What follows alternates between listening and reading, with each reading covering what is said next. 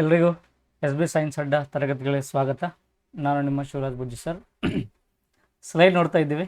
ಇವತ್ತಿನ ತರಗತಿಯಲ್ಲಿ ತುಂಬ ವಿಶೇಷ ಆಗ್ತಿರುವಂಥ ಒಂದು ಕ್ಲಾಸು, ಭಾಳ ನಿರೀಕ್ಷೆಯಲ್ಲಿರುವಂಥ ಕ್ಲಾಸು. ತುಂಬ ಜನ ಯೂಟ್ಯೂಬಲ್ಲಿ ನಮಗೆ K E A paper solve ಮಾಡಿಕೊಡಿ ಅಂತ ತುಂಬ ರಿಕ್ವೆಸ್ಟ್ ಮಾಡಿದಿರಿ. ನನಗೂ ಸ್ವಲ್ಪ ಟೈಮ್ ಸಿಗಲಿಲ್ಲ. ಸಿಕ್ಕಿರುವಂಥ ಟೈಮ್ ಉಪಯೋಗ ಮಾಡಿಕೊಂಡು ಇವತ್ತು ನಿಮ್ಮ ಮುಂದೆ 2025 ಎಸ್ ಡಿ ಅಂದರೆ ಲಾಸ್ಟ್ಗೆ ಆಗಿರುವಂಥ ಡಿಸೆಂಬರ್ ಟೈಮಲ್ಲಿ ಅಥವಾ ಜನವರಿ ಟೈಮಲ್ಲಿ ಆಗಿರುವಂಥದ್ದು ಕೆ ಎ ಇಲಾಖೆಯಲ್ಲಿ ನಡೆಸಿರುವಂಥ S D science paper solve ಮಾಡ್ತಿದ್ದೀನಿ. ಸುಮಾರು 20ಕ್ಕಿಂತ ಜಾಸ್ತಿ ಕ್ವಶನ್ಸನ್ನು ಈ ಎಕ್ಸಾಮ್ದಲ್ಲಿ ಕೇಳಿರ್ತಾನೆ. ಎಲ್ಲನೂ ಭಾಳ ಕಾನ್ಸೆಪ್ಟ್ ಬೇಸ್ಡ್ ಆಗಿರುವಂಥ ಕ್ವಶನ್ಸ್ ಅದಾವೆ. ನೆನ್ಪಿಟ್ಕೊಳ್ಳಿ, ಬರ್ತಾ ಕ್ವಶನ್ಸ್ ಎಲ್ಲ ಕಾನ್ಸೆಪ್ಟ್ ಬೇಸ್ಡ್ ಆಗಿದ್ದಾವೆ. ಬುಲೆಟ್ ಪಾಯಿಂಟ್ಸು ಫ್ಯಾಕ್ಚುಲ್ ಆಗಿರುವಂಥ ಅಂಶಗಳನ್ನು ಯಾವುದ ಮೇಲೆ ಕೇಳ್ತಾ ಇಲ್ಲ. ಕಂಪ್ಲೀಟಾಗಿ ನಮಗೆ ಕಾನ್ಸೆಪ್ಟ್ ಬೇಸ್ಡ್ ಆಗಿರುವಂಥ ಕ್ವಶನ್ಸ್ ರೈಸ್ ಆಗ್ತಾ ಇದ್ದಾವೆ. ಸೊ ಇವತ್ತಿನ ತರಗತಿಯಲ್ಲಿ ನಾವು 2025 ಕೆ ಇ ಎ ಇಲಾಖೆ ನಡೆಸಿರುವಂಥ ಎಸ್ ಡಿ ಎ, ಅದು ಎಚ್ ಕೆ ಮತ್ತು ನಾನ್ ಎಚ್ ಕೆ ಎರಡು ಪೇಪರ್ ಗೊತ್ತಲ್ಲ ನಿಮಗೆ. ಇದು ಎಚ್ ಕೆ 2025 ನಡೆದಿರುವಂಥ ಒಂದು ಪೇಪರನ್ನು ಸುಮಾರು 23 ಸೈನ್ಸ್ ಕ್ವಶನ್ಸನ್ನು ಕೇಳಿರ್ತಾನೆ. ಒಂದೊಂದಾಗಿ ನೋಡೋಣ. ಸೊ ಸೈನ್ಸ್ ತರಗತಿಗಳಿಗೆ ನಿರಂತರವಾಗಿ ಎಸ್ ಬಿ ಸೈನ್ಸ್ ಅಡ್ಡ ನಿಮ್ಮ ಜೊತೆಗಿರ್ತದೆ. ಸಬ್ಸ್ಕ್ರೈಬ್ ಮಾಡ್ಕೊಳ್ಳಿ, ಫಾಲೋ ಅಪ್ ಮಾಡಿರಿ, ಶೇರ್ ಮಾಡಿರಿ, ನಮ್ಮ ಜೊತೆಗಿರಲಿ. ನಿಮಗೆ ಯಾವಾಗಲೂ ಕ್ಲಾಸಸ್ ನಿಮ್ಮ ಜೊತೆ ಕೊಡ್ತಾ ಬರ್ತಾಯಿದ್ದೀನಿ. ಈಗಾಗಲೇ ಇದರಲ್ಲಿ ಒಂದು 2-3 ಸೀರೀಸ್ ಸ್ಟಾರ್ಟ್ ಮಾಡೀನಿ. ಹಳೆ ಪ್ರಶ್ನೆ ಪತ್ರಿಕೆ PSI ಸ್ಟಾರ್ಟ್ ಮಾಡ್ಕೊಂಡಿನಿ.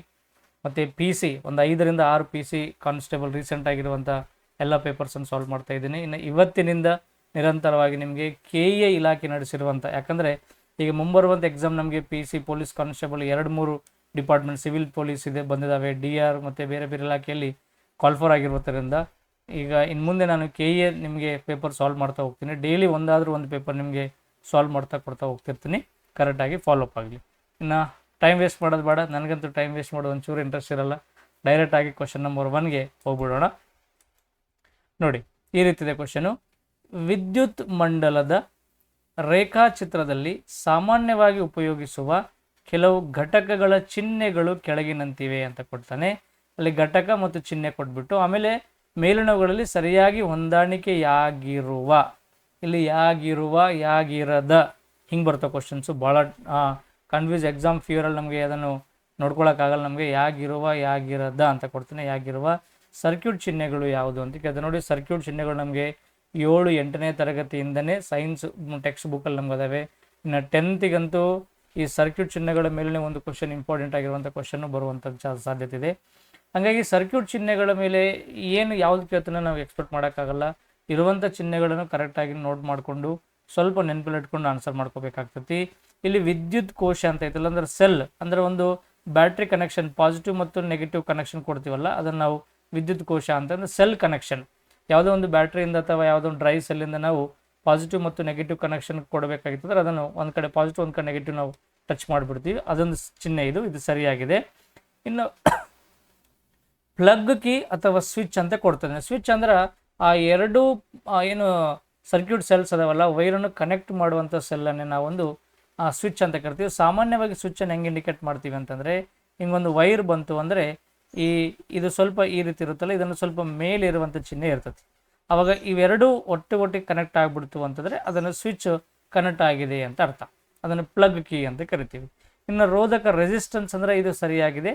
ಬಟ್ ಇಲ್ಲಿ ಸ್ವಿಚ್ ಅನ್ನೋದು ಈ ರೀತಿ ಮೇಲ್ಭಾಗದಲ್ಲಿ ಕೆಳಭಾಗದಲ್ಲಿರುವಂಥ ಚಿಹ್ನೆ ಇರಬೇಕು. ಬಟ್ ಈ ರೀತಿ ಚಿಹ್ನೆ ತೋರಿಸ್ತಾನೆ, ಇದು ಯಾವುದೂ ಅಲ್ಲ. ಹಾಗಾಗಿ ಇಲ್ಲಿ ರೋಧಕ ಕರೆಕ್ಟ್ ಆಗಿದೆ ಮತ್ತು ವಿದ್ಯುತ್ ಕೋಶ ಕರೆಕ್ಟ್ ಆಗಿದೆ. ಎ ಮತ್ತು ಸಿ ಮಾತ್ರ ಸರಿಯಾಗಿರುವಂಥದ್ದು. ಆಪ್ಷನ್ 3ದಲ್ಲಿ ನೋಡ್ತೀವಿ, 2 ಮಾತ್ರ ನಮ್ಗೆ ಏನಾಗಿದ್ದಾವೆ, ಸರಿಯಾಗಿದ್ದಾವೆ. ಸರ್, ನಮ್ಗೆ ಇದ್ರ ಬಗ್ಗೆ ಗೊತ್ತಿಲ್ಲ, ನೀವೇನಾದರೂ ಚಿಹ್ನೆಗಳ ಬಗ್ಗೆ ನನಗೆ ಇನ್ಫಾರ್ಮೇಷನ್ ಕೊಡ್ತೀರಾ ಅಂತಂದರೆ, ನಿಮಗೆ ಚಿಹ್ನೆಗಳ ಬಗ್ಗೆ ನಾನು ಇಲ್ಲಿ ಇನ್ಫಾರ್ಮೇಷನ್ ತೊಗೊಂಬಂದಿದ್ದೀನಿ. ಒಂದ್ಸಲ ನೀವು ಕರೆಕ್ಟಾಗಿ ಬರ್ಕೊಳ್ಳಿ. ರಿಜಿಸ್ಟರ್ ಕನ್ನಡದಲ್ಲಿ ರೋಧಕ ಅಂತ ಕರಿತೀವಿ, ಈ ರೀತಿ ಇರ್ತದೆ. ಇಂಡಕ್ಟನ್ಸ್ ಅಂತಲೇ ಕರಿತೀವಿ, ಈ ರೀತಿ ಇರ್ತದೆ. ಅಲ್ಲಿ ಕೊಟ್ಟಿದ್ದು ಇಂಡಕ್ಟನ್ಸ್ ನಮಗೆ. ಇನ್ನು ಕೆಪಾಸಿಟರ್, ಇದು ಕರೆಕ್ಟಾಗಿ ಈ ರೀತಿ ನಾವು ತೋರ್ಕೊಡ್ತೀವಿ. ಅಮೀಟರ್ ಎ ಅಂತ, ವೋಲ್ಟ್ ಮೀಟರ್ ವಿ ಅಂತೇಳಿ. ಇಲ್ಲಿ ನೋಡಿ, ಸ್ವಿಚ್ ಅನ್ನೋದು ಈ ರೀತಿ ಇದೆ ನಮಗೆ. ಸೊ ಈ ರೀತಿ ಸ್ವಿಚ್ ಕನೆಕ್ಟ್ ಆಗಿದ್ದಾನೆ ಇಲ್ಲ ಅನ್ನೋದು ನಮ್ಗೆ ಇಲ್ಲಿ ಓಪನ್ ಮತ್ತು ಕ್ಲೋಸ್ ಅಂತ ತೋರಿಸುತ್ತೆ. ಇಲ್ಲಿ ಇದು ತೆರೆದಿದ್ರೆ ಓಪನ್, ಮುಚ್ಚಿದ್ರೆ ಕ್ಲೋಸ್ ಅಂತ ಕರಿತೀವಿ. ಇನ್ನು ಇವು ಫ್ಯೂಸ್ ವೈರ್. ಸೊ ನಾವು ಮನೆಗಳಲ್ಲಿ ಗೊತ್ತಲ್ಲ, ಎಲೆಕ್ಟ್ರಿಕಲ್ ಶಾರ್ಟ್ ಸರ್ಕ್ಯೂಟ್ನಿಂದ ರಕ್ಷಣೆ ಪಡಿಬೇಕಾದ್ರೆ ಫ್ಯೂಸ್ ತಂತಿಯನ್ನು ನಾವು ಯೂಸ್ ಮಾಡ್ತೀವಿ. ಫ್ಯೂಸ್ ವೈರ್ನ ಮೆಲ್ಟಿಂಗ್ ಪಾಯಿಂಟು ಕಮ್ಮಿ ಇರಬೇಕು, ರೆಸಿಸ್ಟೆನ್ಸ್ ಜಾಸ್ತಿ ಇರಬೇಕು, ಎಕ್ಸಾಮ್ದಲ್ಲಿ ಕೇಳ್ತಾನೆ. ಇನ್ನು ಬೇರೆ ಅದ ನೋಡ್ರಿ, ಬ್ಯಾಟ್ರಿ ಕನೆಕ್ಷನ್ ಕೊಡ್ತೀವಿ, ಡಯೋಡ್ ಹೆಂಗೆ ಕೊಡ್ತೀವಿ, ಲೆಡ್ ಮತ್ತು ಟ್ರಾನ್ಸ್ಫಾರ್ಮರ್, ಬೇರೆ ನಾವು ಇಲ್ಲಿ ಚಿಹ್ನೆಗಳು ನಿಮ್ಮ ಸಲ ತೊಗೊಂಬಂದಿದ್ದೀನಿ. ಕರೆಕ್ಟಾಗಿ ವಿಡಿಯೋ ಪಾಸ್ ಮಾಡಿಕೊಂಡು ಚಿಹ್ನೆಗಳು ನೋಡಿಕೊಂಡು ನೀವು ಮುಂದೆ ಹೋಗಿ. ಸೊ ಇಲ್ಲಿ ಸರಿಯಾಗಿರುವಂಥ ಉತ್ತರ ನಾವು ನೋಡಿಕೊಂಡಾಗ ಮೇಲಿನ 1 ಮತ್ತು 2 ಮಾತ್ರ ಸರಿ, 3 ಮಾತ್ರ ಸರಿಯಾಗಿತ್ತು, ಇವೆರಡು ಸರಿಯಾಗಿವೆ. ಇದು ಸ್ವಿಚ್ ಅಂತ ಕೊಡ್ತಾನೆ, ಸ್ವಿಚ್ ಅಲ್ಲ, ಇದು ಇಂಡಕ್ಟೆನ್ಸ್ ಅದೇ. ಹಾಗಾಗಿ ಎ ಮತ್ತು ಸಿ ಮಾತ್ರ ಸರಿಯಾಗಿರುವಂಥ ಉತ್ತರ ಆಗಿರ್ತದೆ. ಎಸ್. ಮಸೂರದ ಸಾಮರ್ಥ್ಯದ ಅಂತಾರಾಷ್ಟ್ರೀಯ ಏಕಮಾನ ಏನು ಅಂತ ಕೇಳ್ತಾನೆ. That is unit of power of lens. Unit of power of lens ಏನು ಸರ್ ಇದು? ಲೆನ್ಸ್ ಅಂತಂದರೆ ನಾವು ಕಣ್ಣಿಗೆ ಹಾಕ್ಕೊಳ್ಳುವಂಥ ಕನ್ನಡಕಗಳಿರಿ. ನಾವು ಸಮೀಪ ದೃಷ್ಟಿದೋಷಕ್ಕೆ, ದೂರ ದೃಷ್ಟಿದೋಷಕ್ಕೆ, ಅಸಮ ದೃಷ್ಟಿದೋಷಕ್ಕೆ ನಾವೇನು ಮಾಡ್ತೀವಿ? ಕಣ್ಣಿಗೆ ಮಸೂರಗಳನ್ನು ಬಳಸ್ತೀವಿ. ಗೊತ್ತಿರ್ಬೇಕು ನಿಮಗೆ. ಸಮೀಪ ಮತ್ತು ದೂರ ದೃಷ್ಟಿದೋಷ ಅಂತ ಬಂದಾಗ ಸಮೀಪ ದೃಷ್ಟಿದೋಷದಲ್ಲಿ ಸಾಮಾನ್ಯ ಕಣ್ಣಿನ ಗಾತ್ರಕ್ಕಿಂತ ಸ್ವಲ್ಪ ದೊಡ್ಡದಾಗಿರುವುದರಿಂದ ಇಲ್ಲಿ ಒಬ್ಬ ವ್ಯಕ್ತಿಗೆ ಕಣ್ಣಿನ ಗಾತ್ರದಲ್ಲಿ ಇಲ್ಲಿ ರೆಟಿನಾ ಮೇಲೆ ಬೆಳಕು ಬಂದು ಬೀಳಬೇಕಾಗಿತ್ತು ಅಂತಂದರೆ ಆ ಕಣ್ಣಿನ ಗಾತ್ರ ದೊಡ್ಡದಾಗ್ಬಿಟ್ಟು ರೆಟಿನಾ ಬಂದು ಕರೆಕ್ಟಾಗಿ ಇದ್ರ ಮೇಲೆ ಬೀಳಕ್ಕೆ ಸಾಧ್ಯ ಆಗಲ್ಲ. ಈ ಕಣ್ಣಿನ ರೆಟಿನಾದ ಮುಂಭಾಗದಲ್ಲಿ ಬಂದು ಬೀಳ್ತದೆ. ಎಲ್ಲಿ? ಸಮೀಪ ದೃಷ್ಟಿದೋಷದಲ್ಲಿ. ಅವಾಗ ಇಲ್ಲಿಂದ ಇಲ್ಲಿಗೆ ಎಷ್ಟು ಮೈನಸ್ ಆಯಿತೋ, ಎಷ್ಟು ಬೆಳಕು ಕಡಿಮೆ ಬಿತ್ತೋ ಅಷ್ಟು ಅವರಿಗೆ ಮೈನಸ್ ನೆಗೆಟಿವ್ ಅಲ್ಲಿ ಏನು ಮಾಡ್ತಾರೆ, ಅವ್ರಿಗೂ ಪವರ್ ಕನ್ನಡಕಗಳ ನೆಗೆಟಿವ್ ಪಾಯಿಂಟಲ್ಲಿ ಕೊಡ್ತಾರೆ. ದೂರ ದೃಷ್ಟಿದೋಷದಲ್ಲಿ ಏನಾಗ್ತದೆ ಅಂತಂದರೆ ಕಣ್ಣುಗುಡ್ಡೆ ಗಾತ್ರ ಸಾಮಾನ್ಯ ಗಾತ್ರಕ್ಕಿಂತ ಚಿಕ್ಕದಾಗಿರುವುದರಿಂದ ಅವರ ಕಣ್ಣಿನ ಮೇಲೆ ಬಿದ್ದಿರುವಂಥ ಬೆಳಕು ಕರೆಕ್ಟಾಗಿ ರೆಟಿನಾ ಮೇಲೆ ಬಂದು ಬೀಳಬೇಕಾಗ್ತಿತ್ತು. ಬಟ್ ಅದರ ಗಾತ್ರ ಚಿಕ್ಕದಾಗಿರೋದ್ರಿಂದ ಬೆಳಕಿನ ಶಕ್ತಿ ಜಾಸ್ತಿಯಾಗಿ ಅವರ ಬೆಳಕು ರೆಟಿನಾದ ಹಿಂಭಾಗದಲ್ಲಿ ಬಂದು ಬೀಳ್ತತಿ. ಅಂದರೆ ಎಲ್ಲಿ ಬೀಳಬೇಕು ಅದಕ್ಕಿಂತ ಹೆಚ್ಚು ದೂರದಲ್ಲಿ ಬೀಳ್ತತಿ. ಎಷ್ಟು ಹೆಚ್ಚು ದೂರ ಬಿದ್ದಿದೆ ಅನ್ನೋದನ್ನೇ ಪಾಸಿಟಿವ್ ಅಲ್ಲಿ ಕೊಡ್ತಾರೆ. ಹಿಂಗೂ ಎಕ್ಸಾಮ್ನಲ್ಲಿ ಕೇಳ್ತಾನೆ, ಸಮೀಪ ದೃಷ್ಟಿದೋಷ ಇದ್ದವರಿಗೆ ಯಾವ ಲೆನ್ಸ್ ಯೂಸ್ ಮಾಡ್ತೀವಿ ಮತ್ತು ಪವರ್ ಹೆಂಗಿರ್ತದೆ ಅಂತ ಕೇಳ್ತಾನೆ. ಸಾಮಾನ್ಯವಾಗಿ ಇವರಿಗೆ ನಾವು ನಿಮ್ನ ಮಸೂರವನ್ನು ಯೂಸ್ ಮಾಡ್ತೀವಿ, ಕಾನ್ಕೇವ್ ಲೆನ್ಸನ್ನು ಯೂಸ್ ಮಾಡ್ತೀವಿ. ಅವ್ರಿಗೆ ನೀಡಿರುವಂಥ ಪವರ್ ನೆಗೆಟಿವ್ ಅಲ್ಲಿ ಇರ್ತದೆ. ಯಾಕೆ ನೆಗೆಟಿವ್? ರೆಟಿನ ಮೇಲೆ ಬಿದ್ದಿಲ್ಲ, ಬೀಳಬೇಕಾದ್ರೆ ಬೆಳಕು ಕಮ್ಮಿ ಆಯಿತು ಅವರಿಗೆ. ಬಟ್ ಅದರ ದೂರ ದೃಷ್ಟಿದೋಷ ಇದ್ದವರಿಗೆ ಪೀನ ಮಸೂರವನ್ನು ಯೂಸ್ ಮಾಡ್ತೀವಿ, ಕಾನ್ವೆಕ್ಸ್ ಲೆನ್ಸನ್ನು ಯೂಸ್ ಮಾಡ್ತೀವಿ. ಮತ್ತು ಅವ್ರಿಗೆ ಕೊಟ್ಟಿರುವಂಥ ಲೆನ್ಸು ಪಾಸಿಟಿವ್ ಕೊಡ್ತೀವಿ. ಯಾಕಂದರೆ ರೆಟಿನ ದಾಟಿ ಮುಂದೋಗಿರ್ತದೆ, ಬೆಳಕು ಹೆಚ್ಚಿಗೆ ಆಗಿರ್ತದೆ ಅವ್ರ ಕಡೆ. ಹಂಗಾಗಿ ಎಷ್ಟು ಮಿಲಿಮೀಟರ್ ಹೆಚ್ಚಾಗಿರ್ತದೋ ಅದನ್ನು ನಾವು ಆ ಒಂದು ಲೆನ್ಸ್ ಮುಖಾಂತರ ಕೊಡ್ತೀವಿ. ಅದನ್ನೇ ಹೆಂಗೆ ಮೆಜರ್ಮೆಂಟ್ ಮಾಡ್ತೀರಿ ಅಂತ ಕೇಳ್ತಾನೆ. ಅದನ್ನೇ ಡಯಾಪ್ಟರ್ ಅಂತ ಕರಿತೀವಿ. ಏನಂತ ಕರಿತೀವಿ? ಡಯಾಪ್ಟರ್. ಅಂದರೆ ಒಬ್ಬ ವ್ಯಕ್ತಿಗೆ ಈ ರೆಟಿನ ಮೇಲೆ ಬೀಳಕ್ಕಿಂತ 1 ಮಿಲಿಮೀಟರ್ ಏನಾದರೂ ಜಾಸ್ತಿ ದೂರ ಬಿತ್ತಂದರೆ +1 ಅಂತ ಕೊಡ್ತೀವಿ. +1D ಅಂತಂದರೆ ಎಷ್ಟು ಬೆಳಕು ಎಲ್ಲಿ ಬೀಳಬೇಕಾಗಿತ್ತೋ ಅದಕ್ಕಿಂತ 1 ಮಿಲಿಮೀಟರ್ ಹೆಚ್ಚು ದೂರಕ್ಕೆ ಬಿದ್ದಿದೆ ಅನ್ನೋದನ್ನೇ +1D ಅಂತ ಕೊಡ್ತಾನೆ. ಬೆಳಕು ಕಮ್ಮಿ ಆಯಿತು ಅಂದರೆ ಅವರಿಗೆ -1D ಅಂತ ಕೊಡ್ತೀವಿ. 2 ಮಿಲಿಮೀಟರ್ ಕಮ್ಮಿ ಆಯ್ತಾರೆ -2D, +2D. D nothing but ಏನಿಲ್ಲಿ ಡಯಾಪ್ಟರ್. ಆ ಲೆನ್ಸ್ನ ಕೆಪಾಸಿಟಿ ಏನು, ಪಾಸಿಟಿವ್ ಆಯ್ತಾ ನೆಗೆಟಿವ್ ಆಯ್ತಾ ಅನ್ನೋದೇ ಇಂಡಿಕೇಟ್ ಮಾಡೋದನ್ನು ನಾವು ಡಯಾಪ್ಟರ್ ಎಂಬ ಯೂನಿಟಲ್ಲಿ ನಾವು ಮೆಜರ್ಮೆಂಟು ಮಾಡ್ತೀವಿ. ಸೊ ಇಲ್ಲಿ ಮೀಟರ್ ಅಲ್ಲ, ಮೀಟರ್ ಅನ್ನೋದು ಲೆಂತ್, ಉದ್ದದ ಒಂದು ಏಕಮಾನ ಆಗಿರ್ತದೆ. ವ್ಯಾಟ್ ಅನ್ನೋದು ಪವರ್, ಸಾಮರ್ಥ್ಯದ ಒಂದು ಏಕಮಾನ ಆಗಿರ್ತದೆ. ವೋಲ್ಟ್ ಅನ್ನೋದು ವೋಲ್ಟೇಜ್ನ ಏಕಮಾನ ಆಗಿರ್ತದೆ. ಇಲ್ಲಿ ಡಯಾಪ್ಟರ್ ಅನ್ನೋದೇ ಮಸೂರದ ಅಂತಾರಾಷ್ಟ್ರೀಯ ಏಕಮಾನ. ಯಾರಿಗಾದರೂ ನಿಮಗೆ ಕಣ್ಣಿಗೆ ಸ್ಪೆಕ್ಟಿಕಲ್ ಬಂದು ಅಂತಂದರೆ ಅವ್ರಿಗೆ ಕೇಳಿ ನೋಡೊಮ್ಮೆ, ಅಥವಾ ನಿಮಗೆ ಡಾಕ್ಟರ್ ನಿಮ್ಗೆ ಹೇಳಿರ್ತಾರೆ ಪಾಸಿಟಿವಾ ನೆಗೆಟಿವ್ ಅಂತ ಹೇಳಿರ್ತಾರೆ. ಅಥವಾ ನಿಮ್ಮ ಫ್ರೆಂಡ್ಸ್ ಯಾರಾದರೂ ಯೂಸ್ ಮಾಡಿದಾಗ ನಾವೇ ಕಾಮನಾಗಿ ಕೇಳ್ತೀವಿ, ಏನು ದೋಸ್ತ ಏನು ಪಾಯಿಂಟ್ ಅದಾವ, ಏನು ಸುಮ್ಮನೆ ಶೋಕಿ ಮಾಡ್ಕೊಳಕ್ಕೆ ಹಾಕೊಂಡ್ರೆ ಇಲ್ಲ ಪಾಯಿಂಟ್ ಅದಾವ ಅಂದ್ರೆ ಪ್ಲಸ್ ಐತಾ ಮೈನಸ್ ಅಂದ್ರೆ ಏನೋ -1.5 -0.5 ಈಗೇನೋ ನಂಬರ್ ಇರ್ತಾರೆ. ನಂಬರನ್ನು ನಾವು ಬರೀ ನಂಬರ್ ಹೇಳೋಂಗಿಲ್ಲ, ಮುಂದೆ ಡಯಾಪ್ಟರ್ ಅನ್ನೋ ಪದವನ್ನು ಕೊಡ್ತೀವಿ. ಆ ಲೆನ್ಸ್ನ ಕೆಪಾಸಿಟಿ ಎಷ್ಟು, ಆ ಲೆನ್ಸ್ ಮುಖಾಂತರ ಲೈಟ್ ಎಷ್ಟು ತುರ್ಕೊಂಡು ಹೋಗ್ತಾ ಇದೆ ಅನ್ನೋದನ್ನು ನಮಗೆ ತಿಳಿಸ್ಕೊಡ್ತಾನೆ. ಸಮೀಪ ದೃಷ್ಟಿದೋಷ ಮತ್ತು ದೂರ ದೃಷ್ಟಿದೋಷಗಳ ಮೇಲೆ ಸಿಕ್ಕಾಪಟ್ಟೆ ಕ್ವಶನ್ ಕೇಳಿರ್ತಾನೆ. ಒಂದು ಮಿನಿಮಮ್ 10 ಕ್ವಶನ್ಸ್ ಇದ್ರ ಮೇಲೆ ರೈಸ್ ಆಗ್ತೈತಿ. ಪಾಸಿಟಿವ್ ಯಾರು ಕೊಡ್ತೀವಿ, ನೆಗೆಟಿವ್ ಯಾರು ಕೊಡ್ತೀವಿ, ರೆಟಿನ ಹಿಂದೆ ಬಿದ್ದರೆ ಏನು ಸಮಸ್ಯೆ, ರೆಟಿನ ಮುಂದೆ ಬಿದ್ದರೆ ಬೆಳಕೆಂಥ ಸಮಸ್ಯೆ, ನಿಮ್ನ ಮಸೂರ ಯೂಸ್ ಮಾಡಿದ್ರೆ ಯಾವ ಸಮಸ್ಯೆ, ಪೀನ ಮಸೂರ ಯೂಸ್ ಮಾಡಿದ್ರೆ ಯಾವ ಸಮಸ್ಯೆ, ಕಣ್ಣಿನ ಗುಡ್ಡೆ ಗಾತ್ರ ಯಾರ ಕಡೆ ದೊಡ್ಡದಿರ್ತೈತಿ, ಯಾರ ಕಡೆ ಚಿಕ್ಕದಿರ್ತೈತಿ, ಈ ರೀತಿ ನಿಮಗೆ ಒಂದಲ್ಲ ಒಂದು ರೀತಿಯಂಥ ಕ್ವಶನ್ಸ್ ಡೆಫಿನೆಟ್ಲಿ ಬರ್ತವೆ. ಕರೆಕ್ಟಾಗಿ ನೀವು ಅದನ್ನು ಫಾಲೋಅಪ್ ಮಾಡಬೇಕು. ಎಸ್. ಸೊ ಸರಿಯಾಗಿರುವಂಥ ಉತ್ತರ ಡಯಾಪ್ಟರ್ ಅಂತ ನಾವು ನೋಡ್ತೀವಿ. ಮೆದುಳಿನ ಯಾವ ಭಾಗವನ್ನು ಪ್ರಜ್ಞಾಸ್ಥಿತಿ ಸ್ಥಳ ಅಂತ ಕರಿತೀವಿ ಅಂತ ಕೇಳ್ತಾನೆ. ಪ್ರಜ್ಞಾಸ್ಥಿತಿ ಅಂದರೆ ಮೆಮೊರಿ, ನಮ್ಮ ಕಾನ್ಸಿಯಸ್ ಎಲ್ಲಿರ್ತತಿ, ನಮ್ಮ ಮೆಮೊರಿ ಎಲ್ಲಿರ್ತತಿ ಅಂತ ಕೇಳ್ತಾನೆ. ಅನುಮಸ್ತಿಷ್ಕ, ಮಹಾಮಸ್ತಿಷ್ಕ, ಫಾನ್ಸ್ ಮತ್ತು ಮಣಿಶಿರ ಅಂತ ಕರಿತೀವಿ. ಸೊ ನಮ್ಮ ಪ್ರಜ್ಞೆ, ನಮ್ಮ ಮೆಮೊರಿ, ನಮ್ಮ ಸ್ಟೋರೇಜ್ ಆಗ್ತಿರೋದಿಲ್ಲ ಅಂದ್ರೆ ಮಹಾಮಸ್ತಿಷ್ಕ. ಇದನ್ನು ನಾವು ಸೆರೆಬ್ರಮ್ ಅಂತ ಕರಿತೀವಿ. ಯಾವುದು? ಸೆರೆಬ್ರಮ್. ಮಹಾಮಸ್ತಿಷ್ಕ. ಇದು ಮೆದುಳಿನ ಒಂದು ಅತಿ ದೊಡ್ಡದಾಗಿರುವಂಥ ಭಾಗ ಆಗಿರೋದ್ರಿಂದ ಇದನ್ನು ನಾವು ಮಹಾಮಸ್ತಿಷ್ಕ ಅಂತ ಕರಿತೀವಿ. ಸಾಮಾನ್ಯವಾಗಿ ಇಲ್ಲೇ ಕನಸುಗಳು ಬೀಳೋದು, ಮ್ಯಾಥ್ಸ್ ಕ್ಯಾಲ್ಕುಲೇಷನ್ ಮಾಡಿಸೋದು, ಡಿಸ್ಟೆನ್ಸ್ಗಳ ಬಗ್ಗೆ ಅಳತೆ ಸಿಗೋದು, ನಮಗೆ ಹೈಟ್ ಬಗ್ಗೆ ಅಳತೆ ಸಿಗೋದು, ಏನಾದರೂ ಒಂದು ವಿಷಯ ಹೇಳಿದ್ದು ನೆನ್ಪಿಟ್ಕೊಳ್ಳೋದು, ನಮ್ಮ ಮೆಮೊರಿ ನಾವು ನೋಡಿದ್ದು, ಕೇಳಿದ್ದು, ಮಾತಾಡಿದ್ದೆಲ್ಲ ಪ್ರತಿಯೊಂದು ಪದನೂ ಸಹಿತ ನಮಗೆ ಎಲ್ಲಿರ್ತಂದ್ರೆ ಪ್ರಜ್ಞಾಸ್ಥಿತಿಯಲ್ಲ ತಿಂಬಟ್ಟಲ್ಲಿ ನಮಗೆ ಸೆರೆಬ್ರಮಲ್ಲಿ. ನಾನು ಇಷ್ಟೆಲ್ಲ ಪಾಠ ಮಾಡಿರ್ತೀನಿ, ಈ ಪಾಠ ಮಾಡಿರುವಂಥ ಇನ್ಫಾರ್ಮೇಷನ್ ಎಲ್ಲ ನಿಮ್ಮ ಕಡೆ ಬ್ರೈನಲ್ಲಿ ಎಲ್ಲಿ ಹೋಗ್ತದೆ ಅಂತಂದರೆ ಅದೇ ಮಹಾಮಸ್ತಿಷ್ಕ, ಮೆದುಳಿನ ಮುಂಭಾಗ, ದಟ್ ಈಸ್ ಮೆದುಳಲ್ಲಿ 4 ಬ್ರೈನಲ್ಲಿರುವಂಥ ಒಂದು ಪಾರ್ಟು ಅಂತ ನೋಡ್ತೀವಿ. ಇದೇ ಅತಿ ದೊಡ್ಡದಾಗಿರುವಂಥ ಭಾಗ. ಹಂಗೆ ಇದನ್ನು ನಾವು ಮಹಾಮಸ್ತಿಷ್ಕ, ಮಹಾ ಅಂದರೆ ದೊಡ್ಡದು, ಮಸ್ತಿಷ್ಕ ಅಂದರೆ ಮೆದುಳು, ಮೆದುಳಿನ ದೊಡ್ಡ ಭಾಗವನ್ನೇ ಮಹಾಮಸ್ತಿಷ್ಕ ಅನ್ನೋ ಪದವನ್ನು ಕೊಡ್ತೀವಿ. ಇದು ಮೆದುಳಿನ ಅತಿ ದೊಡ್ಡದಾಗಿರುವಂಥ ಭಾಗ. ಮತ್ತು ಮೆಮೊರಿಗೆ ಸಂಬಂಧಪಟ್ಟಾಗೆಲ್ಲ ಇನ್ಫಾರ್ಮೇಷನ್ನು ನೀವು ಥಿಂಕಿಂಗ್ ಮಾಡೋದು, ವಿಚಾರ ಮಾಡೋದು, ಆಲೋಚನೆ ಮಾಡೋದು, ನೆನ್ಪಿಟ್ಕೊಳ್ಳೋದು, ಇವೆಲ್ಲ ಸಹಿತ ನಮಗೆ ಮಹಾಮಸ್ತಿಷ್ಕದಲ್ಲಾಗುವಂಥ ಕೆಲವೊಂದು ಅಂಶಗಳು. ಇನ್ನುಳಿದ ಕೆಲವೊಂದು ಭಾಗಗಳ ಬಗ್ಗೆ ನಾನು ಲೈಟಾಗಿ ಇನ್ಫಾರ್ಮೇಷನ್ ಕೊಡೋಕೆ ಟ್ರೈ ಮಾಡ್ತೀನಿ. ಅನುಮಸ್ತಿಷ್ಕ ಅಂದರೆ ಇದನ್ನೇ ಸೆರೆಬೆಲ್ಲಮ್ ಅಂತ ಕರಿತೀವಿ. ಸೆರೆಬೆಲ್ಲಮ್ ಮೀನಿಂಗ್ ಏನು ಅಂತಂದರೆ ಇದೇ ನಮಗೆ ಬಾಡಿ ಬ್ಯಾಲೆನ್ಸ್ ಮಾಡ್ತದೆ ನೋಡ್ರಿ, ಬರ್ಕೋಬೇಕು ಕನ್ನಡದಲ್ಲಿ. ದೇಹದ ಸಮತೋಲನವನ್ನು ಮಾಡಿಕೊಳ್ಳುವಂಥ ಭಾಗ ಸೆರೆಬೆಲ್ಲಮ್. ಕಿಲ್ಲ ಐತೆ ನೋಡಿ, ಕೀ ಪಾರ್ಟ್ ಐತಲ್ಲ, ಇದನ್ನು ನಾವು ಸೆರೆಬೆಲ್ಲಮ್ ಅಂತ ಕರಿತೀವಿ. ಇಲ್ಲಿ ಮುಂದ್ಗಡೆ ಬರ್ಕೋಬೇಕು ಬಾಡಿ ಬ್ಯಾಲೆನ್ಸ್ ಅಂದರೆ ನಾವು ನಿಲ್ಲಕ್ಕೆ, ಓಡೋಕೆ, ಡ್ಯಾನ್ಸ್ ಮಾಡೋಕ್ಕೆ, ಇವಕ್ಕೆಲ್ಲಕ್ಕೆ ನಮಗೆ ರೀಸನ್ ಆಗಿರೋದು ಯಾವಂದ್ರೆ ಸೆರೆಬೆಲ್ಲಮ್. ಮನುಷ್ಯ ಆಲ್ಕೋಹಾಲನ್ನು ಸೇವನೆ ಮಾಡಿದಾಗ ಮೆದುಳಿನ ಯಾವ ಭಾಗ ಇನ್ಯಾಕ್ಟಿವ್ ಆಗ್ತದೆ ಅಂದರೆ ಸೆರೆಬೆಲ್ಲಮ್. ಅವಾಗ ನಮ್ಮ ಕಂಟ್ರೋಲ್ನಾಗ ಇರಲ್ಲ, ನಮ್ಮ ನಿಂದ್ರಕ್ಕಾಗಲ್ಲ, ಕರೆಕ್ಟಾಗಿ ಮಾತಾಡೋಕ್ಕಾಗಲ್ಲ, ತೊದಲು ಮಾತಾಡಿಬಿಡ್ತೀವಿ. ಸೊ ಈ ರೀತಿ ಬಾಡಿ ಬ್ಯಾಲೆನ್ಸ್ ಇಲ್ಲದೇ ಇರೋ ಕಾರಣ ಏನಂತಂದರೆ ಸೆರೆಬೆಲ್ಲಮ್. ಸಾಮಾನ್ಯವಾಗಿ ಹಾಸ್ಪಿಟಲ್ಗಳಲ್ಲಿ ಏನಾದರೂ ಒಂದು ಸರ್ಜರಿ ಮಾಡುವಂಥ ಸಂದರ್ಭದಲ್ಲಿ ಅನಸ್ತೇಷಿಯಾ ಅಂತ ಇಂಜೆಕ್ಷನ್ ಕೊಡ್ತಾರೆ. ಅವ್ರಿಗೇನು ಪೇನ್ ಆಗಬಾರ್ದಂತ ಇಂಜೆಕ್ಷನ್ ಕೊಡ್ತಾರೆ. ಆ ಇಂಜೆಕ್ಷನ್ ಕೊಟ್ಟಾಗ ಬ್ರೈನ್ನ ಯಾವ ಪಾರ್ಟ್ ಇನ್ಯಾಕ್ಟಿವ್ ಆಗ್ತದೆ ಅಂದರೆ ಸೆರೆಬೆಲ್ಲಮ್. ಯಾಕಂದರೆ ನಮಗೆ ಬಾಡಿಯಲ್ಲಿ ಯಾವುದೇ ಆ್ಯಕ್ಟಿವಿಟಿ ಗೊತ್ತಾಗಲ್ಲ, ಬಾಡಿ ನಮಗೆ ಸ್ಟಿಮ್ಯುಲಸ್ ಅನ್ನೋದು ಇರಲ್ಲ, ಅದಲ್ಲ, ಅದಕ್ಕೆ ಸೆರೆಬೆಲ್ಲಮ್ ಅಂತ ಕರಿತೀವಿ. ಚಿಕ್ಕ ಮಗುವಿಗೆ ನೀವೊಂದು ಬಾಲನ್ನು ಕ್ಯಾಚ್ ಎಸೆದಾಗ, ಬಾಲನ್ನು ಹಾಕಿದಾಗ ಅದು ಹಿಡ್ಕೊಳ್ಳೋಕ್ಕೆ ತನ್ನ ಕೈಗಳನ್ನು ಈ ರೀತಿ ಅಗಲವಾಗಿ ಚಾಸ್ತತಿ. ಬಾಲ್ ಸೈಜೇ ಇಷ್ಟ ಐತೆ, ನನ್ನ ಕೈ ಹಿಂಗೆ ಮಾಡಬೇಕನ್ನೋದಿರಲ್ಲ. ನಾವೇನಾದರೂ ಒಂದು ಸಣ್ಣದು ಕ್ರಿಕೆಟ್ ಬಾಲ್ ಆಗಿದ್ರೆ ಒಂದೇ ಕೈಯಿಂದ ಪಟ್ ಅಂತ ಹಿಡಿತೀವಿ, ಅದೇ ವಾಲಿಬಾಲ್ ಹಾಕಿದ್ರೆ 2 ಕೈ ಚಾಸ್ತೀವಿ. ಸೊ ನಮಗೆ ಸೈಜ್ನ ಒಂದು ಪ್ರಜ್ಞೆ ಇದೆ, ನಮಗೆ ಯಾವ ಸೈಜಿಗೆ ಎಷ್ಟು ಕೈ ಅಗಲ ಮಾಡಬೇಕಂತ ಗೊತ್ತಿದೆ. ಬಟ್ ಅದರ ಚಿಕ್ಕ ಮಕ್ಕಳಿಗೆ ಯಾವ ಒಂದು ಮೆದುಳಿನ ಭಾಗ ಪಕ್ವಗೊಂಡಿರೋದಿರೋದ್ರಿಂದ ಈ ರೀತಿ ಚಿಕ್ಕ ವಸ್ತು ನಡಿಬೇಕಾದ್ರೆ ಕೈ ಅಗಲ ಚಾಸ್ತತಿ ಅಂತ ಕ್ವಶನ್ ರೈಸ್ ಆಗ್ತತಿ. ಅದೇ ಸೆರೆಬೆಲ್ಲಮ್. ಈ ರೀತಿ ಕಾನ್ಸೆಪ್ಟ್ ವೈಸ್ ನೀವು ಓದಿದ್ದೇ ಆದರೆ ಎಂಥದೇ ಎಕ್ಸಾಮ್ ಬೇಕಾದನ್ನು ಆರಾಮಾಗಿ ಕ್ಲಿಕ್ ಮಾಡ್ಬೋದು. ಇನ್ನು ಪಾನ್ಸ್ ಅನ್ನೋದೈತಲ್ಲ, ಪಾನ್ಸ್ ಕಿಲ್ಲೈತೆ ನೋಡ್ರಿ, ಪಾನ್ಸ್ ಇಲ್ಲೈತಿ, ಈ ಭಾಗದಲ್ಲಿ ಬರ್ತದೆ ಪಾನ್ಸ್ ಅಂತೇಳಿ. ಇದನ್ನು ನಾವು ಏನಂತ ಕರಿತೀವಿ, ಬ್ರೈನ್ ಸ್ಟೆಮ್ ಒಳಗೆ ಬರುವಂಥದ್ದು ಪಾನ್ಸು.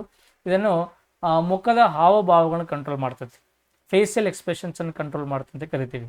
ಅಂದರೆ ನೀವು ಮನಸ್ಸಲ್ಲಿ ಎಷ್ಟೇ ದುಃಖ ಇದ್ರೂ ಸಹಿತ ನಾವು ನಕ್ಕಂಗಿರ್ತೀವಿ ನೋಡೋ ಒಂದು ಕಡೆ, ಅದಲ್ಲ.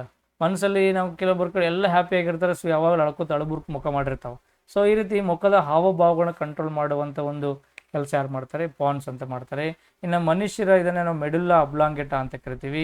ಈ ಮೆಡುಲ್ಲಾ ಅಬ್ಲಾಂಗೇಟಾ ನಮಗೆ ಇನ್ವಾಲಂಟರಿ ಫಂಕ್ಷನ್ಸನ್ನು ಕಂಟ್ರೋಲ್ ಮಾಡ್ತದೆ. ಏನು ಸರ್ ಇನ್ವಾಲಂಟರಿ ಫಂಕ್ಷನ್ಸ್ ಅಂದರೆ ಅನೈಚ್ಛಿಕ ಚಟುವಟಿಕೆಗಳನ್ನು ನಿಯಂತ್ರಣ ಮಾಡ್ತಾರೆ. ನಮ್ಮ ಇಚ್ಛೆ ಇಲ್ಲದೆ ನಮ್ಮ ಬಾಡಿಯಲ್ಲಿ ಕೆಲವೊಂದು ಆ್ಯಕ್ಟಿವಿಟೀಸ್ ನಡೀತಾ ಇರ್ತವೆ.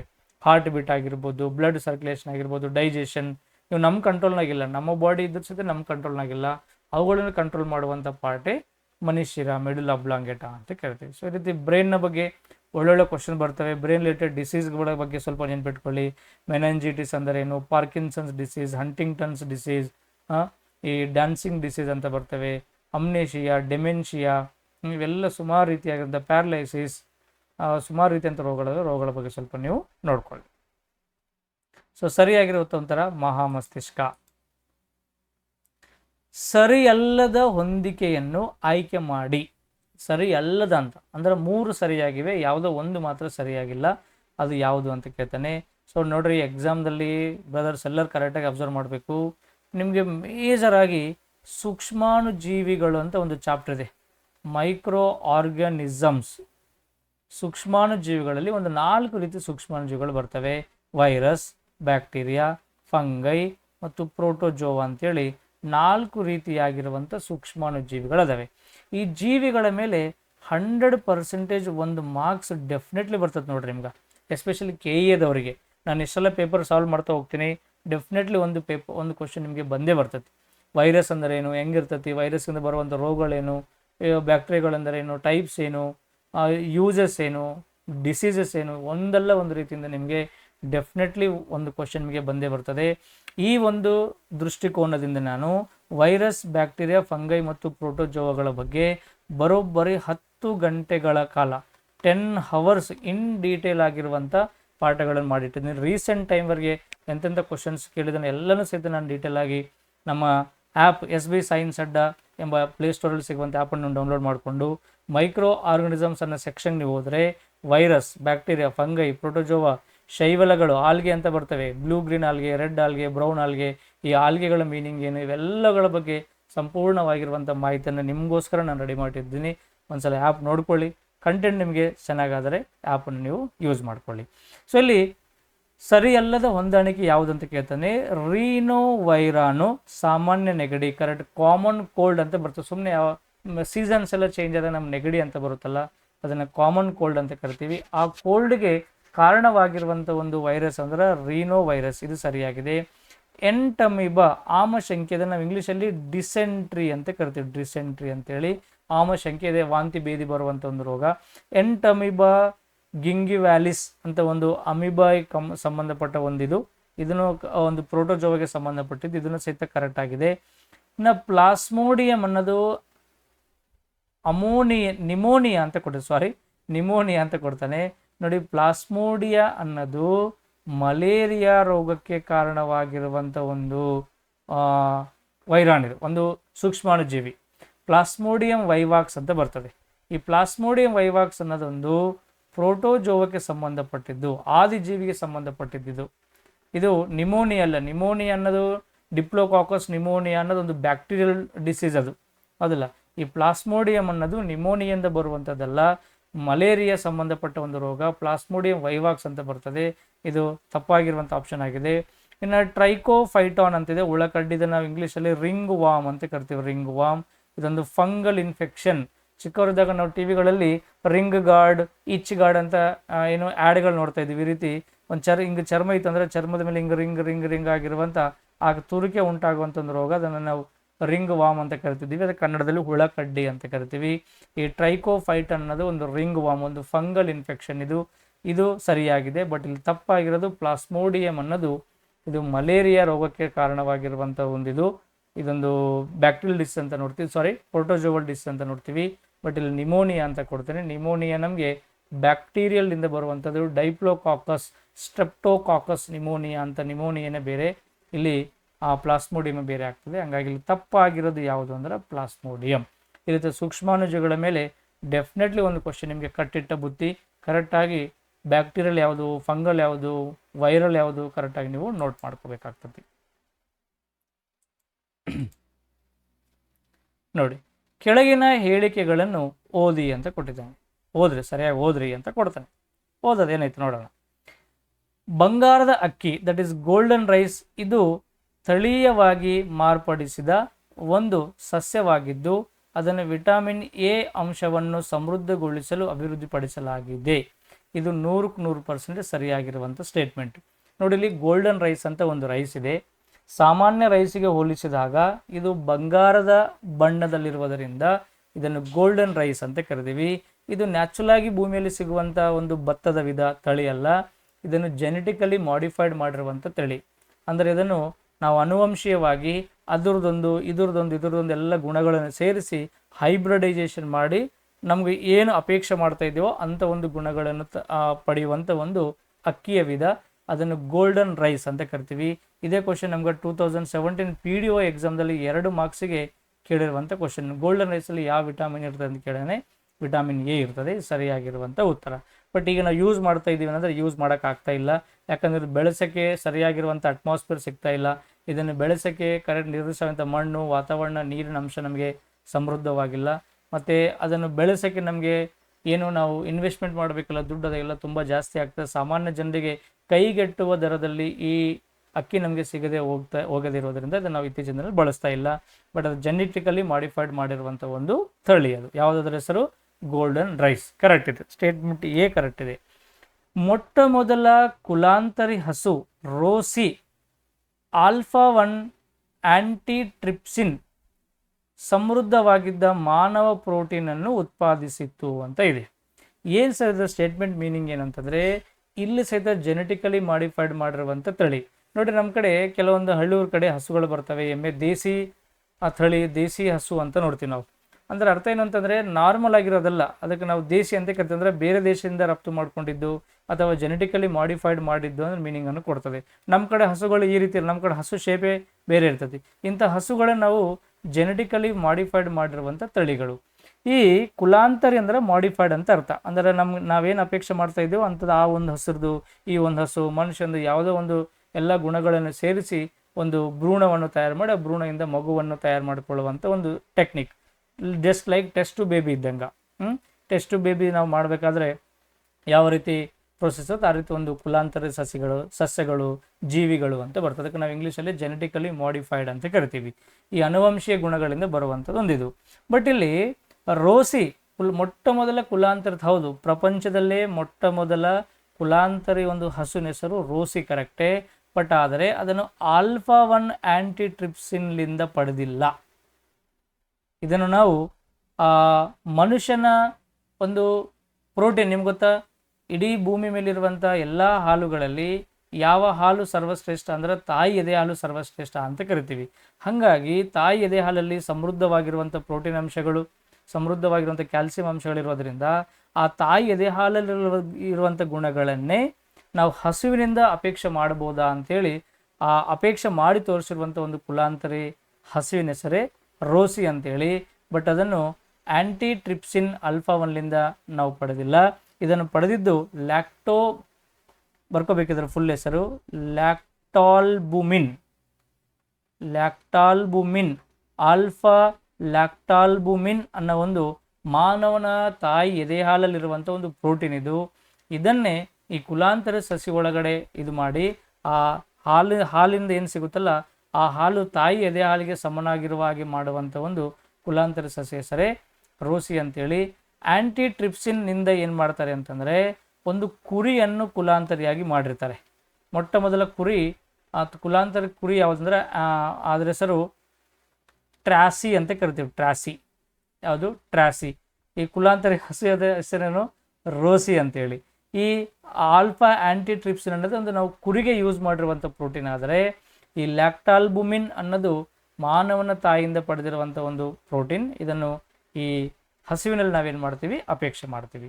ಸೊ ಈ ರೀತಿ ಸಮೃದ್ಧವಾಗಿರುವಂಥ ಪ್ರೋಟೀನನ್ನು ಪಡಿಬೇಕಾದರೆ ತಾಯಿ ಎದೆ ಹಾಲಲ್ಲಿರುವಂಥ ಲ್ಯಾಕ್ಟಾಲ್ಬುಮಿನ್ ಅನ್ನೋ ಪ್ರೋಟೀನನ್ನು ಈ ಹಸುವಿನಲ್ಲಿ ನಾವು ಮಾಡಿಫೈಡ್ ಮಾಡಿ ಹಾಲಿನಲ್ಲಿ ನಾವು ನಿರೀಕ್ಷೆ ಮಾಡ್ತೀವಿ. ಅದು ಈ ರೀತಿ ಇರುವಂಥ ಸ್ಟೇಟ್ಮೆಂಟ್. ಬಟ್ ಇಲ್ಲಿ ಆಂಟಿಟ್ರಿಪ್ಸ್ ಅಂತ ಕೊಡ್ತಾನೆ. ಈ ಹೇಳಿಕೆ ಏನಾಗಿದೆ, ತಪ್ಪಾಗಿದೆ. ಕೇವಲ ಹೇಳಿಕೆ ಒಂದು ಮಾತ್ರ ನಮಗಿಲ್ಲಿ ಸರಿಯಾಗಿರುವಂಥ ಒಂದು ಹೇಳಿಕೆ. ಹಾಗೆ ನಾವೇನು ಕೊಡ್ತೀವಿ, ಹೇಳಿಕೆ 1 ಮತ್ತು ಹೇಳಿಕೆ 2 ಸರಿಯಾಗಿದೆ, ಇಲ್ಲ. ಹೇಳಿಕೆ 1 ಮತ್ತು ಹೇಳಿಕೆ 2 ಸರಿ ಇಲ್ಲ, ಅಲ್ಲ. ಹೇಳಿಕೆ 1 ಸರಿಯಾಗಿದೆ ಮತ್ತು ಹೇಳಿಕೆ 2 ಸರಿ ಇಲ್ಲ, ಹೌದು, ಇದು ಕರೆಕ್ಟ್.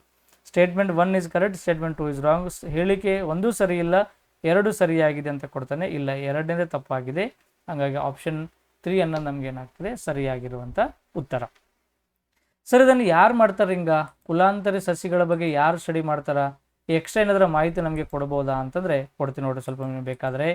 ಈ ರೋಸಿ ಎಂಬ ಹಸುವನ್ನು ಮೊಟ್ಟ ಮೊದಲು 1997 ಈ ಜೆನೆಟಿಕಲಿ ಮಾಡಿಫೈಡ್ ಅನ್ನೋದೊಂದು ಇದು ಮಾಡ್ತಾರೆ. ಇದನ್ನು ಎಲ್ಲಿ ತಯಾರು ಮಾಡ್ತಾರಪ್ಪ ಅಂದ್ರೆ, ನಮ್ಮ ಕಡೆ ಒಂದು ಸಂಸ್ಥೆ ಐತಿ, ಅದರ ಹೆಸರು ನ್ಯಾಷನಲ್ ಡೈರಿ ರಿಸರ್ಚ್ ಇನ್ಸ್ಟಿಟ್ಯೂಟ್ ಅಂತ ಇದೆ. ನ್ಯಾಷನಲ್ ಡೈರಿ ರಿಸರ್ಚ್ ಇನ್ಸ್ಟಿಟ್ಯೂಟ್ ಅಂತ ಒಂದು ಸಂಸ್ಥೆ. ಇದು ಬಿಹಾರ ರಾಜ್ಯದ ಕರ್ನಲ್ ಎಂಬ ಪ್ರದೇಶದಲ್ಲಿ ಈ ಒಂದು, ನಾವು ಇದಕ್ಕೆ ಶಾರ್ಟ್ಕಟ್ ಆಗಿ NDRI ಅಂತ ಕರಿತೀವಿ, ನ್ಯಾಷನಲ್ ಡೈರಿ ರಿಸರ್ಚ್ ಇನ್ಸ್ಟಿಟ್ಯೂಟ್ ಎಂಬ ಒಂದು ಇನ್ಸ್ಟಿಟ್ಯೂಟಲ್ಲಿ ಈ ಹಾಲು ಕೊಡುವಂಥ ಹಸುಗಳು, ಎಮ್ಮೆಗಳು, ಕುರಿಗಳ ಬಗ್ಗೆ ಈ ಜೆನೆಟಿಕಲಿ ಮಾಡಿಫೈಡ್ ಮಾಡುವಂಥ ಒಂದು ಪದ್ಧತಿ ನಾವು ಈ ರಿಸರ್ಚ್ ಇನ್ಸ್ಟಾಲ್ ಮಾಡ್ತೀವಿ. ಇದು ಮೊಟ್ಟ ಮೊದಲ ಜಗತ್ತಿನ, ಇಂಡಿಯಾದಷ್ಟೇ ಅಲ್ಲ, ಮೊಟ್ಟ ಮೊದಲ ಜಗತ್ತಿನ ಒಂದು ಮಾಡಿಫೈಡ್ ಆಗಿರುವಂಥ ಒಂದು ತಳಿನೇ ರೋಸಿ ಅಂತೇಳಿ. ಅದು 1997 ನ್ಯಾಷನಲ್ ಡೈರಿ ರಿಸರ್ಚ್ ಇನ್ಸ್ಟಿಟ್ಯೂಟ್ದವರು ಬಿಹಾರದ ಕರ್ನಲ್ ಎಂಬ ಜಾಗದಲ್ಲಿರುವಂಥ ಈ ಭಾಗದಲ್ಲಿ ಮೊಟ್ಟ ಮೊದಲ ಬಗ್ಗೆ ಸಂಶೋಧನೆಯನ್ನು ಮಾಡ್ತಾರೆ. ಹಿಂಗೆ ಎಕ್ಸಾಮ್ದಲ್ಲಿ ಆ ಮೂಮೆಂಟಲ್ಲಿ ಸ್ವಲ್ಪ ನನಗನ್ನಿಸ್ತತಿ ಯಾವುದೋ ಒಂದು ಸುದ್ದಿಯಲ್ಲಿ ಇರ್ಬೋದು, ಇದು ಹಂಗೆ ಕರೆಂಟ್ ಅಫೇರ್ಸ್ ರೂಪದಲ್ಲಿ ನಿಮಗೆ ಕ್ವಶನ್ನು ರೈಸ್ ಆಗಿತ್ತು. ಇನ್ನು ಪಟ್ಟಿ 1 ಮತ್ತು 2ರೊಂದಿಗೆ ಸರಿಯಾದ ಕ್ರಮದಲ್ಲಿ ಜೋಡಿಸಿ ಕೆಳಗೆ ನೀಡಿದ ಸಂಕೇತಗಳಿಂದ ಸರಿಯಾದ ಆಯ್ಕೆಯನ್ನು ಗುರುತಿಸಿ ಅಂತ ಕೊಡ್ತಾನೆ. ಮತ್ತೆ ಬಂತು ನಿಮಗೆ ಈಗಾಗಲೇ ನಿಮಗೆ ಮೈಕ್ರೋ ಆರ್ಗನಿಸಮ್ ಸೂಕ್ಷ್ಮಾಣು ಜೀವಿಗಳ ಬಗ್ಗೆ ಹೆಂಗೆ ಕ್ವಶನ್ ಬರ್ತಂತ ಹೇಳಿನಲ್ಲ, ಕೆ ಎದವ್ರದ್ದೊಂದು ಪ್ಯಾಟರ್ನ್ ಐತಿ. ಡೆಫಿನೆಟ್ಲಿ ನಿಮಗೆ ವಿಟಾಮಿನ್ಗಳ ಮೇಲೆ ಸಹಿತ ಕ್ವಶನ್ ಇದ್ದೇ ಇರ್ತದೆ. ನಾಟ್ 99 100% ಇರ್ತದೆ ನೋಡ್ರಿ. ಪ್ರತಿಯೊಂದು ಎಕ್ಸಾಮ್ದಲ್ಲಿ ನಿಮಗೆ ವಿಟಾಮಿನ್ಗಳ ಮೇಲೆ ಕ್ವಶನ್ ಕೇಳ್ತಾನೆ. ಪದೇ ಪದೇ ರಿಪೀಟ್ ಮಾಡ್ತಿರ್ತೀನಿ. ನಿಮಗೆ ವಿಟಾಮಿನ್ಗಳ ಮೇಲೆ ನಮಗೆ 3 ಕ್ವಶನ್ ಬರ್ತವೆ. ಫಸ್ಟು ಸೈಂಟಿಫಿಕ್ ನೇಮ್, ಅದರ ವೈಜ್ಞಾನಿಕ ಹೆಸರೇನು ಅಂತ ಕೇಳ್ತಾನೆ. ಮತ್ತು ವಿಟಾಮಿನ್ ರಿಚ್ ಫುಡ್ಡು, ಯಾವ ಫುಡ್ಡಲ್ಲಿ ಯಾವ ವಿಟಾಮಿನ್ ಜಾಸ್ತಿ ಅಂತ ಕೇಳ್ತಾನೆ. ಡೆಫಿಷಿಯನ್ಸಿ ಡಿಸೀಸ್, ಆ ವಿಟಾಮಿನ್ಗಳ ಕೊರತೆಯಾದಾಗ ನಮ್ಮ ಬಾಡಿಗೆ ಬರುವಂಥ ರೋಗಗಳೇನು, ಸಮಸ್ಯೆಗಳೇನು, ಈ ಸಮಸ್ಯೆಗಳ ಮೇಲೆ ನಮಗೆ ಅತಿ ಹೆಚ್ಚಾಗಿರುವಂಥ ಕ್ವಶನ್ಸು ರೈಸ್ ಆಗ್ತಾ ಇರ್ತವೆ. ಹಾಗಾಗಿ ಕರೆಕ್ಟಾಗಿ ನೀವು ಫಾಲೋಅಪ್ ಮಾಡಬೇಕು. ಇಲ್ಲಿ vitamin A, D, E, B12 ಮತ್ತು ಸಯಾನೋಕೊಬಾಲಮಿನ್, ಕ್ಯಾಲ್ಸಿಯಂ ಡೆಫಿನೆಟ್ ನೋಡ್ರಿ. ಇದು ನಮಗೆ ಕೆಮಿಕಲ್ ನೇಮ್ ಮೇಲೆ ಕೇಳ್ತಾನೆ, ಸೈಂಟಿಫಿಕ್ ನೇಮ್ ಮೇಲೆ ಕೇಳ್ತಾನೆ. ವಿಟಾಮಿನ್ ಎ ಅಂತ ಬಂದಾಗ ಅದನ್ನು ನಾವು ರೆಟಿನಾಲ್ ಅಂತ ಕರಿತೀವಿ. ಎ ಅನ್ನೋದು 4ಗೆ ಮ್ಯಾಚ್ ಆಗಿದೆ. ಡಿ ಅನ್ನೋದು ಕ್ಯಾಲ್ಸಿಫೆರಾಲ್. ಡಿ ಅಂದ್ರೆ ವಿಟಾಮಿನ್ ಡಿ ಬೋನ್ಗೆ ಬೇಕು, ಬೋನ್ನಲ್ಲಿರೋದು ಕ್ಯಾಲ್ಸಿಯಂ. ಹಾಗಾಗಿ ಕ್ಯಾಲ್ಸಿಯಂ ಮತ್ತು ಫಾಸ್ಫರಸ್ ಇರೋದರಿಂದ ಕ್ಯಾಲ್ಸಿ ಮತ್ತು ಫೆರಾಲ್, ಕ್ಯಾಲ್ಸಿಯಂ ಫಾಸ್ಫರಸ್, ಕ್ಯಾಲ್ಸಿಫೆರಾಲ್ ನೆನ್ಪಿಟ್ಕೋಬೇಕು. ವಿಟಾಮಿನ್ ಇ ಬಂದಾಗ ಟೋಕೋಫೆರಾಲ್, ವಿಟಾಮಿನ್ B12 ಬಂದಾಗ ಸೈನೋಕೊಬಾಲಮಿನ್. ಕರೆಕ್ಟ್ ಇದೆ, ಕರೆಕ್ಟ್ ಎಲ್ಲಕ್ಕೂ ಹೊಂದಾಣಿಕೆ ಆಗಿವೆ. ಸೊ ವಿಟಾಮಿನ್ ಎ ಅಂದ್ರೆ A4 ಎಲ್ಲ ಇತ್ತು ನೋಡ್ರಿ. A4 ಒಂದು ಕಡೆ ಮ್ಯಾಚ್ ಆಗೈತಿ, A4 2 ಕಡೆ ಮ್ಯಾಚ್ ಆಗೈತಿ. ಇನ್ನು ಇವುಗಳ ಬಗ್ಗೆ ತಲೆನೇ ಕೆಡಿಸ್ಕೋಬೇಡ್ರಿ. ಟೈಮ್ ಸೇವಿಂಗ್ ಆಗುವಂಥ ವಿಚಾರಗಳು. ಒಂದು ನಿಮಗೆ ಪಕ್ಕ ಖಾತ್ರಿ ಇತ್ತ, ಮಿಕ್ಕಿದ್ ಬಿಟ್ಟೆ ಬಿಡ್ರಿ. ಎ ಅನ್ನೋದು 4 ಪಕ್ಕ ಮುಗೀತು. 2 ಆಪ್ಷನ್ ನಮಗೆ ಇವು ಡಿಲೇಟಿವ್, ಇವು ಯಾವುದೇ ಕಾರಣಕ್ಕೂ ನಿಮ್ಮ ಮೈಂಡಲ್ಲಿ ಬರೋಂಗಿಲ್ಲ. A4 ಮುಗೀತು ಈಗ. ನೆಕ್ಸ್ಟು D2 ನೋಡ್ರಿ. D2 ಯಾವುದು B2 ಇಲ್ಲಿ ಐತಿ, ಅಲ್ಲಿ B3 ಐತಿ, ಇಲ್ಲಿ B3 ಅದ ನೋಡ್ರಿ. ಮುಗೀತು, ಇದು ಅಲ್ಲೇ ಅಲ್ಲ. ಸುಮಿತು ಮುಂದೆ ಹೋಗಂಗಿಲ್ಲ, ನೀವು ಡೈರೆಕ್ಟಾಗಿ ಮುಂದೆ ಹೋಗ್ಬಿಡೋದಿಲ್ಲ. ಇದು ವಿಚಾರ ಮಾಡೋಂಗಿಲ್ಲ ನಿಮಗೀಗ. ಇದೇ ನಿಮಗೆ ಟೈಮ್ ಸೇವಿಂಗ್ ಮೆಥಡ್. ಇದು ನಮಗೆ ನಿಮ್ಮ ಮುಂದೆ ಕನ್ಫರ್ಮೇಷನ್ ಕೊಡ್ಬೋದು. ಸಿ ಅನ್ನೋದು 3 ಇದೆ ಕರೆಕ್ಟಾಗಿ, ಮತ್ತು ಡಿ ಅನ್ನೋದು 1 ಇದೆ ಕರೆಕ್ಟಾಗಿ. ಸೊ ಆಪ್ಷನ್ ಎ ಅನ್ನೋದು ಸರಿಯಾಗಿರುವಂಥ ಆಯ್ಕೆ. ಸೊ ಟೈಮ್ ಸೇವಿಂಗ್ ಮಾಡ್ಕೋಬೇಕು. ಗೊತ್ತಾದಲ್ಲಿ ನಿಮಗೆ 90 ನಿಮಿಷಗಳಲ್ಲಿ 100 ಕ್ವಶನ್ಸನ್ನು ನೀವು ಆನ್ಸರ್ ಮಾಡಬೇಕು. 100 ನಿಮಿಷ 100 ಕ್ವಶನ್ ಡಿವೈಡ್ ಬೈ 90 ನಿಮಿಷ ಅಂತಂದರೆ ಬರೋಬ್ಬರ್ ನಿಮಗೆ ನನ್ನ ಪ್ರಕಾರ ಒಂದು 50 ಸೆಕೆಂಡ್ ಸಿಗ್ತದೆ ನೋಡ್ರಿ. ಎಷ್ಟು ಸೆಕೆಂಡು? 50 ಸೆಕೆಂಡಲ್ಲಿ 50 ಸೆಕೆಂಡ್ ಸಮಯನಾಗ ಕ್ವಶನ್ ಓದಬೇಕು. 4 ಆಪ್ಷನ್ ಸರಿಯಾಗಿ ಓದಿ ಅರ್ಥ ಮಾಡ್ಕೋಬೇಕು. ಆಮೇಲೆ ಆನ್ಸರ್ ಮಾಡೋಕ್ಕೆ ಹೋಗಿ ಹಿಂಗೆ ಗುಂಡಾಗಬೇಕು. ಬಬ್ಲಿಂಗ್ ಮಾಡೋದಂತ ಕರಿತೀವಿ, ಬಬ್ಲಿಂಗ್. ಇದನ್ನು ಹಿಂಗೆ ಬಬಲ್ ಮಾಡೋಕ್ಕೆ ಎಟ್ಲೀಸ್ಟ್ 5 ಸೆಕೆಂಡ್ ತೊಗೊತತಿ. At least 5 second. ಯಾಕಂದ್ರೆ ಎಲ್ಲಕ್ಕಿಂತ ಇಂಪಾರ್ಟೆಂಟ್ ಬಬ್ಲಿಂಗ್ ಮಾಡೋದಿರ್ತತಿ. ಹಿಂಗೆ ರೌಂಡ್ ಇತ್ತಂದ್ರೆ ಮುಗಿತು ಅನ್ನೋಕ್ಕಾಗಲ್ಲ. ಹಿಂಗೆ ಹೊರಗಿಂದ ಬರ್ಕೋಬೇಕು. ಯಾವಾಗಲೂ ಬಬ್ಲಿಂಗ್ ಮಾಡೋದು ಪದ್ಧತಿ ಒಳಗಿಂದ ಬರಬಾರ್ದು, ಹೊರಗಿಂದ ಬರ್ಬೇಕು. ಹೊರಗೆ ಶುರು ಮಾಡಿ ಹಿಂಗೆ ಒಳಗೆ ಹಿಂಗೆ ನೀವು ಬಬ್ಲಿಂಗ್ ಮಾಡೋಕ್ಕೆ 5 ಸೆಕೆಂಡ್ ಹೋಗ್ತತಿ. ಲಿಟ್ರಲಿ ನಿಮ್ಗೆ ಸಿಗೋದು 45 ಸೆಕೆಂಡ್ ಮಾತ್ರ. ಒಂದು ಕ್ವಶನ್ 45 ಸೆಕೆಂಡ್ ಮಾತ್ರ ನಿಮ್ಗೆ ಸಿಗೋದು. ಆ 45 ಸೆಕೆಂಡಲ್ಲಿ ಕ್ವಶನ್ ಓದಬೇಕು, ಅಂಡರ್ಸ್ಟ್ಯಾಂಡ್ ಮಾಡ್ಕೋಬೇಕು, ಆಪ್ಷನ್ ಓದಬೇಕು, ಅಂಡರ್ಸ್ಟ್ಯಾಂಡ್ ಮಾಡ್ಕೋಬೇಕು. ಮತ್ತು ಎ ಸರಿ ಬಿ ಸರಿ ಅಂತ ಬಂದಾಗ ಹುಚ್ಚರಂಗೆ ಓಡಾಡ್ತಿರ್ಬೇಕಲ್ಲಿ. ನಿಮ್ಮ ಪ್ರೆಸೆನ್ಸ್ ಆಫ್ ಮೈಂಡ್ ಅನ್ನೋದು ಎಷ್ಟು ಬೇಕಾಗ್ತದೆ ಎಕ್ಸಾಮ್ನಾಗ. ಎಷ್ಟು ಕಾನ್ಸೆಪ್ಟ್ ಬಗ್ಗೆ ನೀವು ಕ್ಲಾರಿಟಿ ಇದ್ದಾಗ ಮಾತ್ರ ಆ 45 ಸೆಕೆಂಡಲ್ಲಿ ಆನ್ಸರ್ ಮಾಡ್ಬೋದು ಅನ್ನೋದು ನಿಮ್ಮ ವಿವೇಚನೆಗೆ ಬಿಟ್ಟಿದ್ದು. ನೀವು ಅಲ್ಲೇ ಒಂದೇ ಕ್ವಶನ್ಗೆ 2 ನಿಮಿಷ 3 ನಿಮಿಷ ಟೈಮ್ ವೇಸ್ಟ್ ಮಾಡಕತ್ತೀರ ಅಂತಂದ್ರೆ ಮುಗೀತು. ಟನ್ ನನ್ನ ಬೆಲ್ ಹೊಡಿತೈತಿ, ಯಾವುದೋ ದೇವ್ರಂಗೆ ಹಾಕಿ ಮನೆಗೆ ಬರ್ತೀವಿ. ನಮ್ಮ ದಯವಿಟ್ಟು ಸರಿಯಾಗಿಲ್ಲ, ಎಲ್ಲ ಅದು ಸರಿಯಾಗಿಲ್ಲ, ಇದು ಸರಿ XZ Y ಮಾತಾಡ್ಕೋತ ಕುಂದಿರ್ತೀವಿ ನಾವು. ಸೊ ಕಾನ್ಸೆಪ್ಟ್ ಬಗ್ಗೆ ಕ್ಲಾರಿಟಿ ಎಷ್ಟು ಚೆನ್ನಾಗಿರ್ತದೋ ಅಷ್ಟು ನಿಮಗೆ ಅನುಕೂಲ ಆಗ್ತೈತಿ. ಜೈವಿಕ ಗೊಬ್ಬರ ಅಂದ್ರೆ ನಮ್ಮ ಲ್ಯಾಂಗ್ವೇಜಲ್ಲಿ ತಿಪ್ಪಿ ಅಂತ ಕರಿತೀವಿ ನಾವು, ಇಂಗ್ಲೀಷಲ್ಲಿ ಮೆನೂರ್ ಅಂತ ಕರಿತೀವಿ. ಗೊಬ್ಬರ ತಯಾರಿಕೆಯಲ್ಲಿ ಈ ಕೆಳಗಿನ ಯಾವ ಸೂಕ್ಷ್ಮ ಜೀವಿಗಳನ್ನು ಬಳಸುತ್ತಾರೆ ಅಂತ ಇದೆ. ಬಳಸುತ್ತಾರೆ ಅನ್ನೋದಕ್ಕಿಂತ ತಾನೇ ಬಳಕೆ ಆಗ್ತತಿ, ಅಥವಾ ಕೃತಕವಾಗಿ ನೀವು ತಯಾರು ಮಾಡೋಕ್ಕೋಸ್ಕರ ಅದನ್ನು ಯೂಸ್ ಮಾಡ್ತೀವಿ. ತಿಪ್ಪೆಯಲ್ಲಿ ಮೊನ್ನೆ ಲಾಸ್ಟ್ ಒಂದು ಪೊಲೀಸ್ ಕಾನ್ಸ್ಟೇಬಲ್ ಎಕ್ಸಾಮ್ದಲ್ಲಿ ತಿಪ್ಪೆಯಲ್ಲಿ ಗೊಬ್ಬರ ತಯಾರಾಗೋದು ಎಂಥ ಕ್ರಿಯೆ ಅಂತ ಕೇಳ್ತಾನೆ. ಎಕ್ಸೋಥರ್ಮಿಕ್ ಕ್ರಿಯೆ. ಅದು ತಿಪ್ಪೆಯಲ್ಲಿ ಗೊಬ್ಬರ ಏನು ತಯಾರಾಗುತ್ತಲ್ಲ, ನಾವು ಇವತ್ತು ಹಾಕಿದ್ರೆ ಇವತ್ತು ಗೊಬ್ಬರ ಆಗಲ್ಲ. ಒಂದು 2 ತಿಂಗಳು 3 ತಿಂಗಳು 1 ವರ್ಷ ಹಂಗೆ ಬಿಟ್ಟಷ್ಟು ಏನಾಗ್ತದೆ, ಗೊಬ್ಬರ ಒಳಗಡೆ ತಯಾರಾಗ್ತಾ ಹೋಗ್ತದೆ. ಸೊ ಗೊಬ್ಬರ ತೆಗೆದು ಎಕ್ಸೋಥರ್ಮಿಕ್ ರಿಯಾಕ್ಷನ್ ಅಂತ ಕರೀತಾನೆ. ಬಹಿರುಷ್ಣಕ ಕ್ರಿಯೆ. ಈ ತಿಪ್ಪೆಯನ್ನು ಅಗಿದಾಗ ನಮಗೆ ಬೆಚ್ಚು ಸೆಕೆ ಬರ್ತದೆ ನಮಗೆ, ಅಂದ್ರೆ ಅರ್ಥ ಅಲ್ಲಿ ಹೀಟ್ ಜನರೇಟ್ ಆಗ್ತಾ ಇದೆ ಅಂತ ಅರ್ಥ. ಹಂಗೆ ತಿಪ್ಪೆ ಮೇಲೆ ಹಂಗೆ ಕ್ವಶನ್ ಕೇಳಿದ್ದ. ಇಲ್ಲಿ ಮತ್ತೊಂದು ಕ್ವಶನ್ ರೈಸ್ ಆಗಿದೆ ನೋಡಿ. ಜೈವಿಕ ಗೊಬ್ಬರ ಅಂದ್ರೆ ನಮ್ಮ ಮನೆ ಮುಂದಿರುವಂಥ ತಿಪ್ಪಿ, ಮೆನೂರ್ ಅಂತ ಕರಿತೀವಿ. ಇದರಲ್ಲಿ ಯಾವ ಸೂಕ್ಷ್ಮಾಣು ಜೀವಿಗಳು ಇರ್ತವೆ ಅಂದರೆ ವೈರಸ್ ಮತ್ತು ಬ್ಯಾಕ್ಟೀರಿಯಾ, ಅಂದರೆ ಯಾವುದೇ ಕಾರಣಕ್ಕೂ ವೈರಸ್ಗಳು ಇರಲ್ಲ. ಬ್ಯಾಕ್ಟೀರಿಯಾ ಮತ್ತು ನೀಲಿ ಶೈವಲಗಳು, ಆದಿಜೀವಿಗಳು, ನೀಲಿ ಶೈವಲಗಳು, ಬ್ಯಾಕ್ಟೀರಿಯಾ ಮತ್ತು ಆದಿಜೀವಿಗಳು. ಫಸ್ಟ್ ನೆನ್ಪಿಟ್ಕೋಬೇಕು, ಬ್ಯಾಕ್ಟೀರಿಯಾಗಳು ಡೆಫಿನೆಟ್ಲಿ ಇರ್ತವೆ. ಬ್ಯಾಕ್ಟೀರಿಯಾ ಇಲ್ಲಿ ಇದೆ ಮತ್ತು ಬ್ಯಾಕ್ಟೀರಿಯಾ ಇಲ್ಲಿ ಇದೆ. ಇಲ್ಲಿ ವೈರಸ್ ಮತ್ತು ಇಲ್ಲಿ ಆದಿಜೀವಿ ಅಂತ ಕೊಡ್ತಾನೆ, ಇವೆರಡಂತೂ ಅಲ್ಲ. ನೋಡಿ ಒಂದೊಂದು ಹಿಂಗೆ ನಾವು 50-50 ಮಾಡ್ಕೊಂಡು ಹೋಗ್ಬೇಕ್ರಿ. ಯಾವಾಗಲೂ 50-50 ಮಾಡಿದಷ್ಟು ನಮಗೆ ಆನ್ಸರ್ ಈಸಿ ಆಗ್ತದೆ. ಆ 50-50 ಮಾಡೋಕ್ಕೂ ನಿಮ್ಗೆ 100% ನಾಲೆಜ್ ಬೇಕು. 50-50 ಮಾಡ್ಕೊಳ್ಳೋಕೆ ಸಹಿತ ನಮ್ಗೆ 100% ನಾಲೆಜ್ ಬೇಕು. ನನಗೆ 100% ನಾಲೆಜ್ ಐತಿ. ತಿಪ್ಪ್ಯಾಗ ಯಾವುದೇ ವೈರಸ್ನ ಅವಶ್ಯಕತೆ ಇಲ್ಲ, ಆದಿಜೀವಿಗಳ ಅವಶ್ಯಕತೆ ಇಲ್ಲ. ನಮಗೂ ಬೇಕಾಗಿದ್ದು ಡೆಫಿನೆಟ್ಲಿ ಬ್ಯಾಕ್ಟೀರಿಯಾ. ಈಗ ಬ್ಯಾಕ್ಟೀರಿಯಾ ಬೇಕಾಗೈತಿ. ಇನ್ನಿಲ್ಲಿ ಆದಿಜೀವಿಗಳು ಪ್ರೋಟೋಜೋವಾ ಅಂತ ಕೊಡ್ತಾನೆ, ಪ್ರೋಟೋಜೋವಾ ಸಹಿತ ಅವಶ್ಯಕತೆ ಇಲ್ಲ. ನಮಗೆ ಶೈವಲಗಳು ಬೇಕಾಗ್ತದೆ, ಅದೇ ನೀಲಿ ಹಸಿರು ಶೈವಲಗಳು ಅಂತ ಕರಿತೀವಿ. ಸೊ ಬ್ಯಾಕ್ಟೀರಿಯಾ ಮತ್ತು ಶೈವಲಗಳು ಏನು ಮಾಡ್ತವೆ, ಆ ಸೂಕ್ಷ್ಮಾಣು ಜೀವಿಗಳು ಏನು ಮಾಡ್ತವೆ, ಆ ಮಣ್ಣನ್ನು ಫರ್ಟೈಲ್ ಮಾಡ್ತವೆ. ತಿಪ್ಪೆಯಲ್ಲಿರುವಂಥ ಏನು ಗೊಬ್ಬರ ಹಾಕ್ತೀವಲ್ಲ, ಅಂದರೆ ಜೈವಿಕ ಗೊಬ್ಬರ ಅಂದ್ರೆ ಏನು, ಇದೆ ನಾವು ಪ್ರಾಣಿಗಳ ಬಂದಿದ್ದು, ಸಸ್ಯಗಳಿಂದ ಬಂದಿದ್ದು ವೇಸ್ಟ್ ಪ್ರಾಡಕ್ಟನ್ನು ನಾವು ತಿಪ್ಪೆ ಹಾಕ್ಬಿಟ್ಟು ಅಂದ್ರೆ ಅದೇ ಒಂದಿನ ಕಾಲಕ್ಕೆ ಒಳಗಡೆ ಆ ಫರ್ಟಿಲೈಸೇಷನ್ ಮುಖಾಂತರ ನಮ್ಗೆ ಏನಾಗ್ತದೆ, ಈ ತಿಪ್ಪೆಯಲ್ಲಿ ಒಳಗಡೆ ಬ್ಯಾಕ್ಟೀರಿಯಾ ಮತ್ತು ನೀಲಿ ಹಸಿರು ಶೈವಲಗಳಿಂದ ಅದರ ಫಲವತ್ತತೆ ಜಾಸ್ತಿ ಆಗ್ತದೆ. ಒಳಗಡೆ ನೈಟ್ರೋಜನ್, ಫಾಸ್ಫರಸ್, ಬೇರೆ ಬೇರೆಲ್ಲ ಆಗಿರುವಂಥ ರಾಸಾಯನಿಕ ವಸ್ತುಗಳು ಉತ್ಪತ್ತಿ ಆಗ್ತವೆ. ಡೆಫಿನೆಟ್ಲಿ ಬ್ಯಾಕ್ಟೀರಿಯಾ ಬೇಕು ಮತ್ತು ನಮಗೆ ನೀಲಿ ಹಸಿರು ಶೈವಲಗಳು ನಮಗೆ ಬೇಕಾಗ್ತವೆ ಅಂತ ಅರ್ಥ ಆಯ್ತಾ? ಎಸ್. ಬಟ್ ಆದರೆ ಗೋಬರ್ ಗ್ಯಾಸ್ ತಯಾರಾಗಬೇಕಾದ್ರೆ ಹೆಂಗೂ ಕ್ವಶನ್ ಬಂದಿದೆ. ಇದು ಜೈವಿಕ ಗೊಬ್ಬರ, ಇದು ಗೋಬರ್ ಗ್ಯಾಸ್ ತಯಾರಂತ ನೋಡ್ತೀವಿ, ಬಯೋ ಗ್ಯಾಸ್ ಅಂತ ಕರಿತೀವಿ. ಇದು ಬಯೋ ಫರ್ಟಿಲೈಸರ್ಸ್. ಇದು ಬಯೋ ಗ್ಯಾಸ್ ತಯಾರಾಗಬೇಕಾದ್ರೆ ಡೆಫಿನೆಟ್ಲಿ ನಮಗೆ ಅಲ್ಲಿ ಸಹಿತ ಬ್ಯಾಕ್ಟೀರಿಯಾ ಬೇಕು, ಜೊತೆಗೆ ಫಂಗೈ ಬೇಕು. ನಮಗೆ ಅಲ್ಲಿ ಶಿಲೀಂಧ್ರಗಳು ಬೇಕಲ್ಲಿ. ವೈರಸ್ಗಳೆಲ್ಲೂ ಉಪಯೋಗ ಆಗಲ್ಲ ನೋಡ್ರಿ. ವೈರಸ್ಗಳೆಲ್ಲೂ ಉಪಯೋಗ ಆಗಲ್ಲ. ವೈರಸ್ಗಳು ಡೆಡ್ ಬಾಡಿ ಕೊಳ್ತಕ್ಕೆ ಮಾಡಿ ಹೆಲ್ಪ್ ಆಗಲ್ಲ. ವೈರಸ್ಗಳು ಎದಕ್ಕೆ ಹೆಲ್ಪ್ ಅಂದರೆ ಬರೀ ನಮಗೆ ಬಾಡಿಗೆ ರೋಗಗಳು ಬರೋಕೆ ಹೆಲ್ಪ್ ಆಗ್ತದೆ. ಕಾರ್ಬನ್ ಡೈಆಕ್ಸೈಡ್ ಹಿಡ್ಕೊಳ್ಳೋಕೆ ಹೆಲ್ಪ್ ಆಗ್ತದೆ. ಬಟ್ ವಾತಾವರಣದಲ್ಲಿರುವಂಥ ಒಂದು ಜೀವಿ, ಸತ್ತೋಗಿರುವಂಥ ಜೀವಿ ಕೊಳ್ತೋಗ್ಬೇಕಾದ್ರೆ ಬ್ಯಾಕ್ಟೀರಿಯಾ ಮತ್ತು ಫಂಗೈಗಳು ಬೇಕಾಗ್ತದೆ ನಮಗೆ.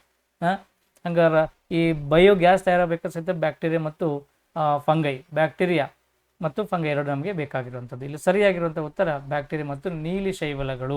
ಈ ರೀತಿ ತಿಪ್ಪೆಯಲ್ಲಿರುವಂಥ ವಸ್ತುಗಳು ಏನು ಮಾಡ್ತವೆ, ನಮಗೆ ಸಸ್ಯಗಳು ನೈಟ್ರೋಜನ್ ರೂಪದಲ್ಲಿ ನಮಗೆ ತುಂಬ ಹೆಲ್ಪ್ ಮಾಡ್ತವೆ. ನೋಡಿ, ಸ್ಕ್ಯೂಬಾ ಡ್ರೈವರ್ಗಳು ಬಳಸುವ ಟ್ಯಾಂಕ್ಗಳಲ್ಲಿರುವ ಅನಿಲಗಳ ಮಿಶ್ರಣ. ವೆರಿ ಇಂಪಾರ್ಟೆಂಟ್ ಆಗಿರುವಂಥ ಕ್ವಶನ್. ಭಾಳ ಪ್ರಾಕ್ಟಿಕಲ್. ನೋಡಿ ಹೆಂಗಿದೆ question, but real knowledge check ಮಾಡ್ತದೆ ನಮ್ಮನ್ನು. ಇಲ್ಲಿ ಯಾವುದೋ ಒಂದು ಊಹಾತ್ಮಕವಾಗಿರುವಂಥ ಕ್ವಶನ್ಸ್ ಇಲ್ಲ.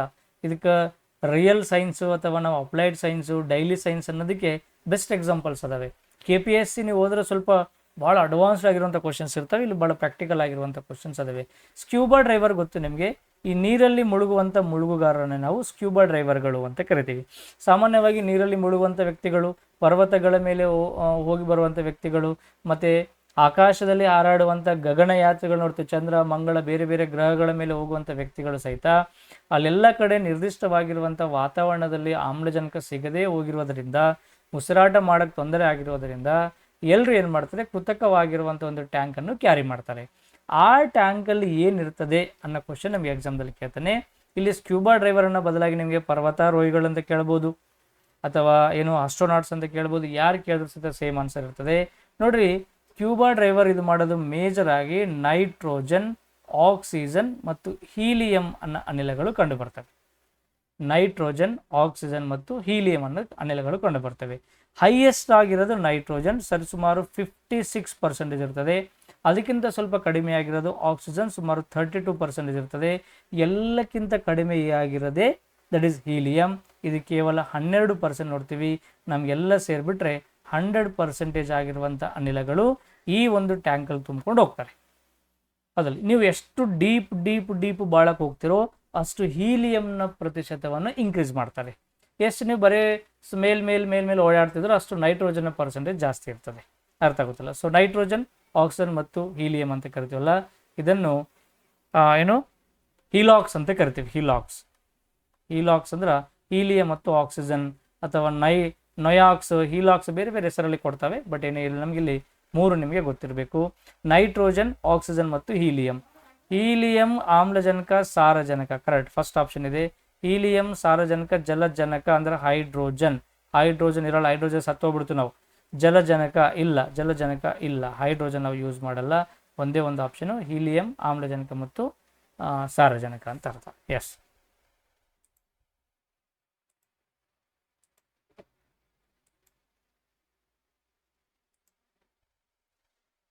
ನೋಡಿ, ಪಟ್ಟಿ 1ರಲ್ಲಿನ ಲೋಹಗಳನ್ನು ಪಟ್ಟಿ 2ರಲ್ಲಿನ ಸ್ವಭಾವದೊಂದಿಗೆ ಹೊಂದಿಸಿ. ಅದೊಂದು ಕಡೆ ಮೆಟಲ್ ಐತಾ, ಇನ್ನೊಂದು ಕಡೆ ಅದರ ನೇಚರ್ ಹೆಂಗಿದೆ, ಅದ್ರ ಲಕ್ಷಣ ಏನು ಅಂತ ಕೇಳ್ತಾ ಇದ್ದೇನಂತೆ. ಚಿನ್ನ ಅಂತ ಕೊಡ್ತಾನೆ. ಗೋಲ್ಡು ನೋಡಿದ್ರೆ ನಿಸರ್ಗದಲ್ಲಿ ಎಂದಿಗೂ ಮುಕ್ತ ಸ್ಥಿತಿಯಲ್ಲಿ ದೊರೆಯುವುದಿಲ್ಲ. ಅದರ ಅದಿರು ಚಾಲ್ಕೋಸೈಟ್ ಆಗಿದೆ. ಭೂತೊಗಟೆಯಲ್ಲಿ ಆಕ್ಸೈಡ್ ನಿಸರ್ಗದಲ್ಲಿ ಮುಕ್ತ ಸ್ಥಿತಿಯಲ್ಲಿ ಕಂಡು ಬರುತ್ತದೆ. Very good. First one A ಅನ್ನೋದು 4 ಸರಿ ಉತ್ತರ ಆಗ್ತದೆ. ಇದನ್ನು ನಾವು ಫ್ರೀ ಸ್ಟೇಟ್ ಅಂತ ಕರಿತೀವಿ. ಫ್ರೀ ಸ್ಟೇಟ್, ಮುಕ್ತ ಸ್ಥಿತಿಯಲ್ಲಿ. ಫ್ರೀ ಸ್ಟೇಟ್ ಅಂದರೆ ಇದ್ರ ಜೊತೆಗೆ ಬೇರೆ ಯಾವುದು ಅಷ್ಟೊಂದು ಅಂಟಿಕೊಂಡಿರಲ್ಲ. ಇದೊಂದೇ ಅಧಿಕ ಪ್ರಮಾಣವಾಗಿರುತ್ತೆ. ಒಂದು 100 kg ನಮ್ಗೆ ಮಣ್ಣಿನಾಗಿಂದ ಗೋಲ್ಡ್ ತೆಗೆದೇವು ಅಂತಂದರೆ 99.99% ಗೋಲ್ಡೇ ಇರ್ತೈತಿ. ಅದ್ರ ಜೊತೆಗೆ ಬೇರೆ ಯಾವುದು ಅಂಟುಕೊಂಡು ಬರಲ್ಲ, ಅದ್ರ ಜೊತೆಗೆ ಬೇರೆ ಯಾವುದು ಇರಲ್ಲ. ಹಾಗಾಗಿ ನಾವು ಅದನ್ನು ಮುಕ್ತ ಸ್ಥಿತಿ ಅಂತ ಕರಿತೀವಿ. ಮುಕ್ತ ಸ್ಥಿತಿ ಅಂದರೆ ಅದ್ರ ಜೊತೆಗೆ ಬೇರೆ ವಸ್ತುಗಳು ಅಂಟಿಕೊಂಡಿರಲ್ಲ. ಗೋಲ್ಡ್ ಅನ್ನೋದು ಭೂಮಿ ಮೇಲಿರುವಂಥ ಅತಿ ಶುದ್ಧವಾಗಿ ದೊರೆಯುವಂಥ ಒಂದು ಮೂಲ ವಸ್ತು. ನಮಗೆ 99.99% ನಮಗೆ ಶುದ್ಧ ರೂಪದಲ್ಲೇ ದೊರೆಯುತ್ತದೆ. ಹಾಗಾಗಿ ಇದು ಮುಕ್ತ ಸ್ಥಿತಿಯಲ್ಲಿ ದೊರೆಯುವಂಥ ಒಂದು ಲೋಹ ಅಂತ ನಾವು ಕರಿತೀವಿ. ಎ ಅನ್ನೋದು 4 ಇದೆ. ಎ ಅನ್ನೋದು 4 ಎಲ್ಲೆಲ್ಲಿದೆ ನೋಡ್ರಿ. ಎ ಅನ್ನೋದು 4 ಸತ್ತೋಗ್ಬಿಟ್ಟ ನಮ್ಗೆ, ಸತ್ತೋಡ್ದ ನಮ್ಗೆ ವೈಕೋರ್ ಅಂತ ಇನ್ನು ಮುಂದೋರು ಇಲ್ಲೇ ನಡೆಯಲ್ತಮ್ಮ ನಿಂದ ಆಟ, ಇನ್ನು ಮುಂದೆ ಹೋಗ್ಬೇಕಂತ ಇನ್ನು ನೋಡ್ಕೋಬೇಕು ನಾವು. ಇನ್ನು ಕಾಪರ್ ಕೊಡ್ತಾನೆ. ನಿಸರ್ಗದಲ್ಲಿ ಎಂದಿಗೂ ಮುಕ್ತ ಸ್ಥಿತಿಯಲ್ಲಿ ದೊರೆಯುವುದಿಲ್ಲ. ಅದಿರು ಚಾಲ್ಕೋಸೈಟ್ ಆಗಿದೆ ಮತ್ತು ಅದು ಭೂತೊಗಟೆಯಲ್ಲಿ ನೋಡ್ರಿ. ಕಾಪರ್ನ ಪ್ರಮುಖ ಅದಿರು ಚಾಲ್ಕೋಸೈಟ್, ಇದು ಕರೆಕ್ಟ್ ಇದೆ. ಬಿ ಅನ್ನೋದು 2 ಐತೆ ನೋಡ್ರಿ. B2 ಇದೆ, B1 ಇದೆ, B3 ಇದೆ. ಮುಗಿಸ್ತು. 3 ಮತ್ತು 4 ಅಲ್ಲ.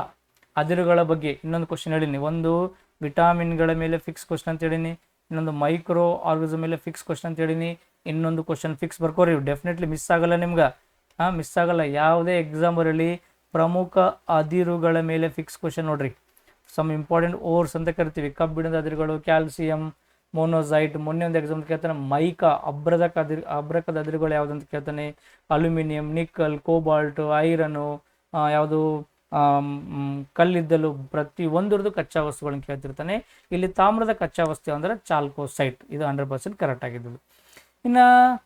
ಇನ್ನೊಂದು ಕೇಳ್ತಾನೆ ಮ್ಯಾಗ್ನೀಷಿಯಂ ಅನ್ನೋದಿದೆ.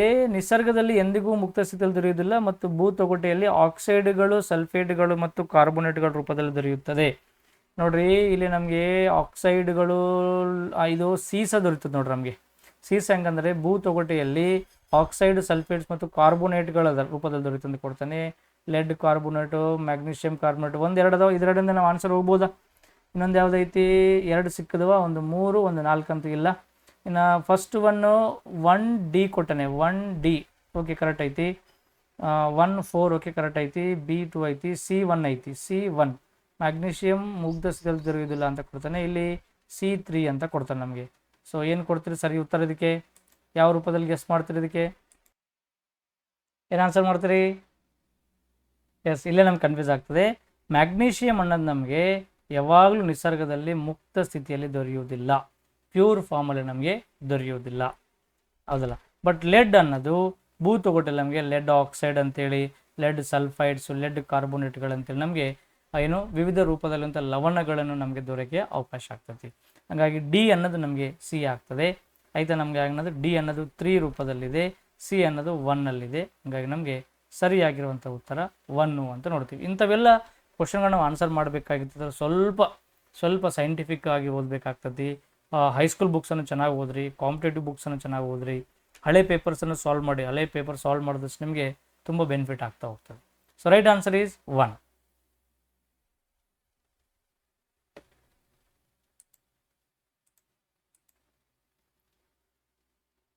ಇತರೆ ಲೋಹಗಳನ್ನು ಕಬ್ಬಿಣದ ಮೇಲೆ ವಿದ್ಯುಲ್ಲೇಪನ ಮಾಡುವ ಮೂಲಕ ಆಹಾರ ಸಂಗ್ರಹಣೆಯ ಡಬ್ಬಿಗಳನ್ನು ತಯಾರಿಸಲಾಗುತ್ತದೆ. ಆಹಾರ ಸಂಗ್ರಹಣೆಯ ಡಬ್ಬಿಗಳ ಮೇಲೆ ವಿದ್ಯುಲ್ಲೇಪನ ಮಾಡಲು ಬಳಸುವಂಥ ಲೋಹ ಯಾವುದು ಅಂತ ಕೇಳ್ತಾ ಇದ್ದಾನೆ. ಏನು ಸರ್ ವಿದ್ಯುಲ್ಲೇಪನ ಅಂತಂದರೆ ಇಂಗ್ಲೀಷಲ್ಲಿ ಇದನ್ನು ನಾವು ಎಲೆಕ್ಟ್ರೋಪ್ಲೇಟಿಂಗ್ ಅಂತ ಕರಿತೀವಿ. ಯಾವ ಪ್ಲೇಟಿಂಗು? ಎಲೆಕ್ಟ್ರೋಪ್ಲೇಟಿಂಗ್. ಎಲೆಕ್ಟ್ರೋಪ್ಲೇಟಿಂಗ್ ಅಂದ್ರೆ ಅರ್ಥ ಏನಂದರೆ ವಸ್ತು ಒಳಗೆ ಒಂದಿರ್ತದೆ ರೀ, ಅದ್ರ ಮೇಲೆ ಕೋಟಿಂಗ್ ಕೊಡೋದು ಇನ್ನೊಂದು ವಸ್ತು. ಈ ರೀತಿ ಕೋಟಿಂಗ್ ಕೊಡುವಂಥ ವಸ್ತುನ ನಾವು ಎಲೆಕ್ಟ್ರೋಪ್ಲೇಟಿಂಗ್ ಅಂತ ಕರಿತೀವಿ. ಒಳಗೆ ವಸ್ತುನೇ ಬೇರೆ, ಬಟ್ ನೋಡೋಕೆ ಅದ್ರ ಮೇಲೆ ಫಿನಿಶಿಂಗ್ ನಾವು ಬೇರೆ ಒಂದು ವಸ್ತುವಲ್ಲೇ ಮಾಡ್ತೀವಿ. ಅದಕ್ಕೆ ನಾವು ಎಲೆಕ್ಟ್ರೋಪ್ಲೇಟಿಂಗ್ಗಳು ಅಂತ ಕರಿತೀವಿ. ಅರ್ಥ ಆಗುತ್ತಾ? ಹಾಗಾಗಿ ಇಲ್ಲಿ ಆ ಎಲೆಕ್ಟ್ರೋಪ್ಲೇಟಿಂಗ್ ಆಗಿ ಯೂಸ್ ಮಾಡುವಂಥ ಈ ರೀತಿ ಆಹಾರದ ಡಬ್ಬಿಗಳು, ಗೊತ್ತಲ್ಲ ನಮಗೆ, ಟಿಫಿನ್ ಬಾಕ್ಸ್ ನೋಡ್ತೀವಲ್ಲ, ನೋಡೋಕೆ ಭಾರಿ ಚಕ್ಕ ತೊಳಿತಿರ್ತೈತಿ, ನಮಗೆ ನೋಡಿದ ತಕ್ಷಣ ಆಕರ್ಷಣೆ ಆಗುವಂಥ ಡಬ್ಬಿಗಳಿರ್ತವೆ.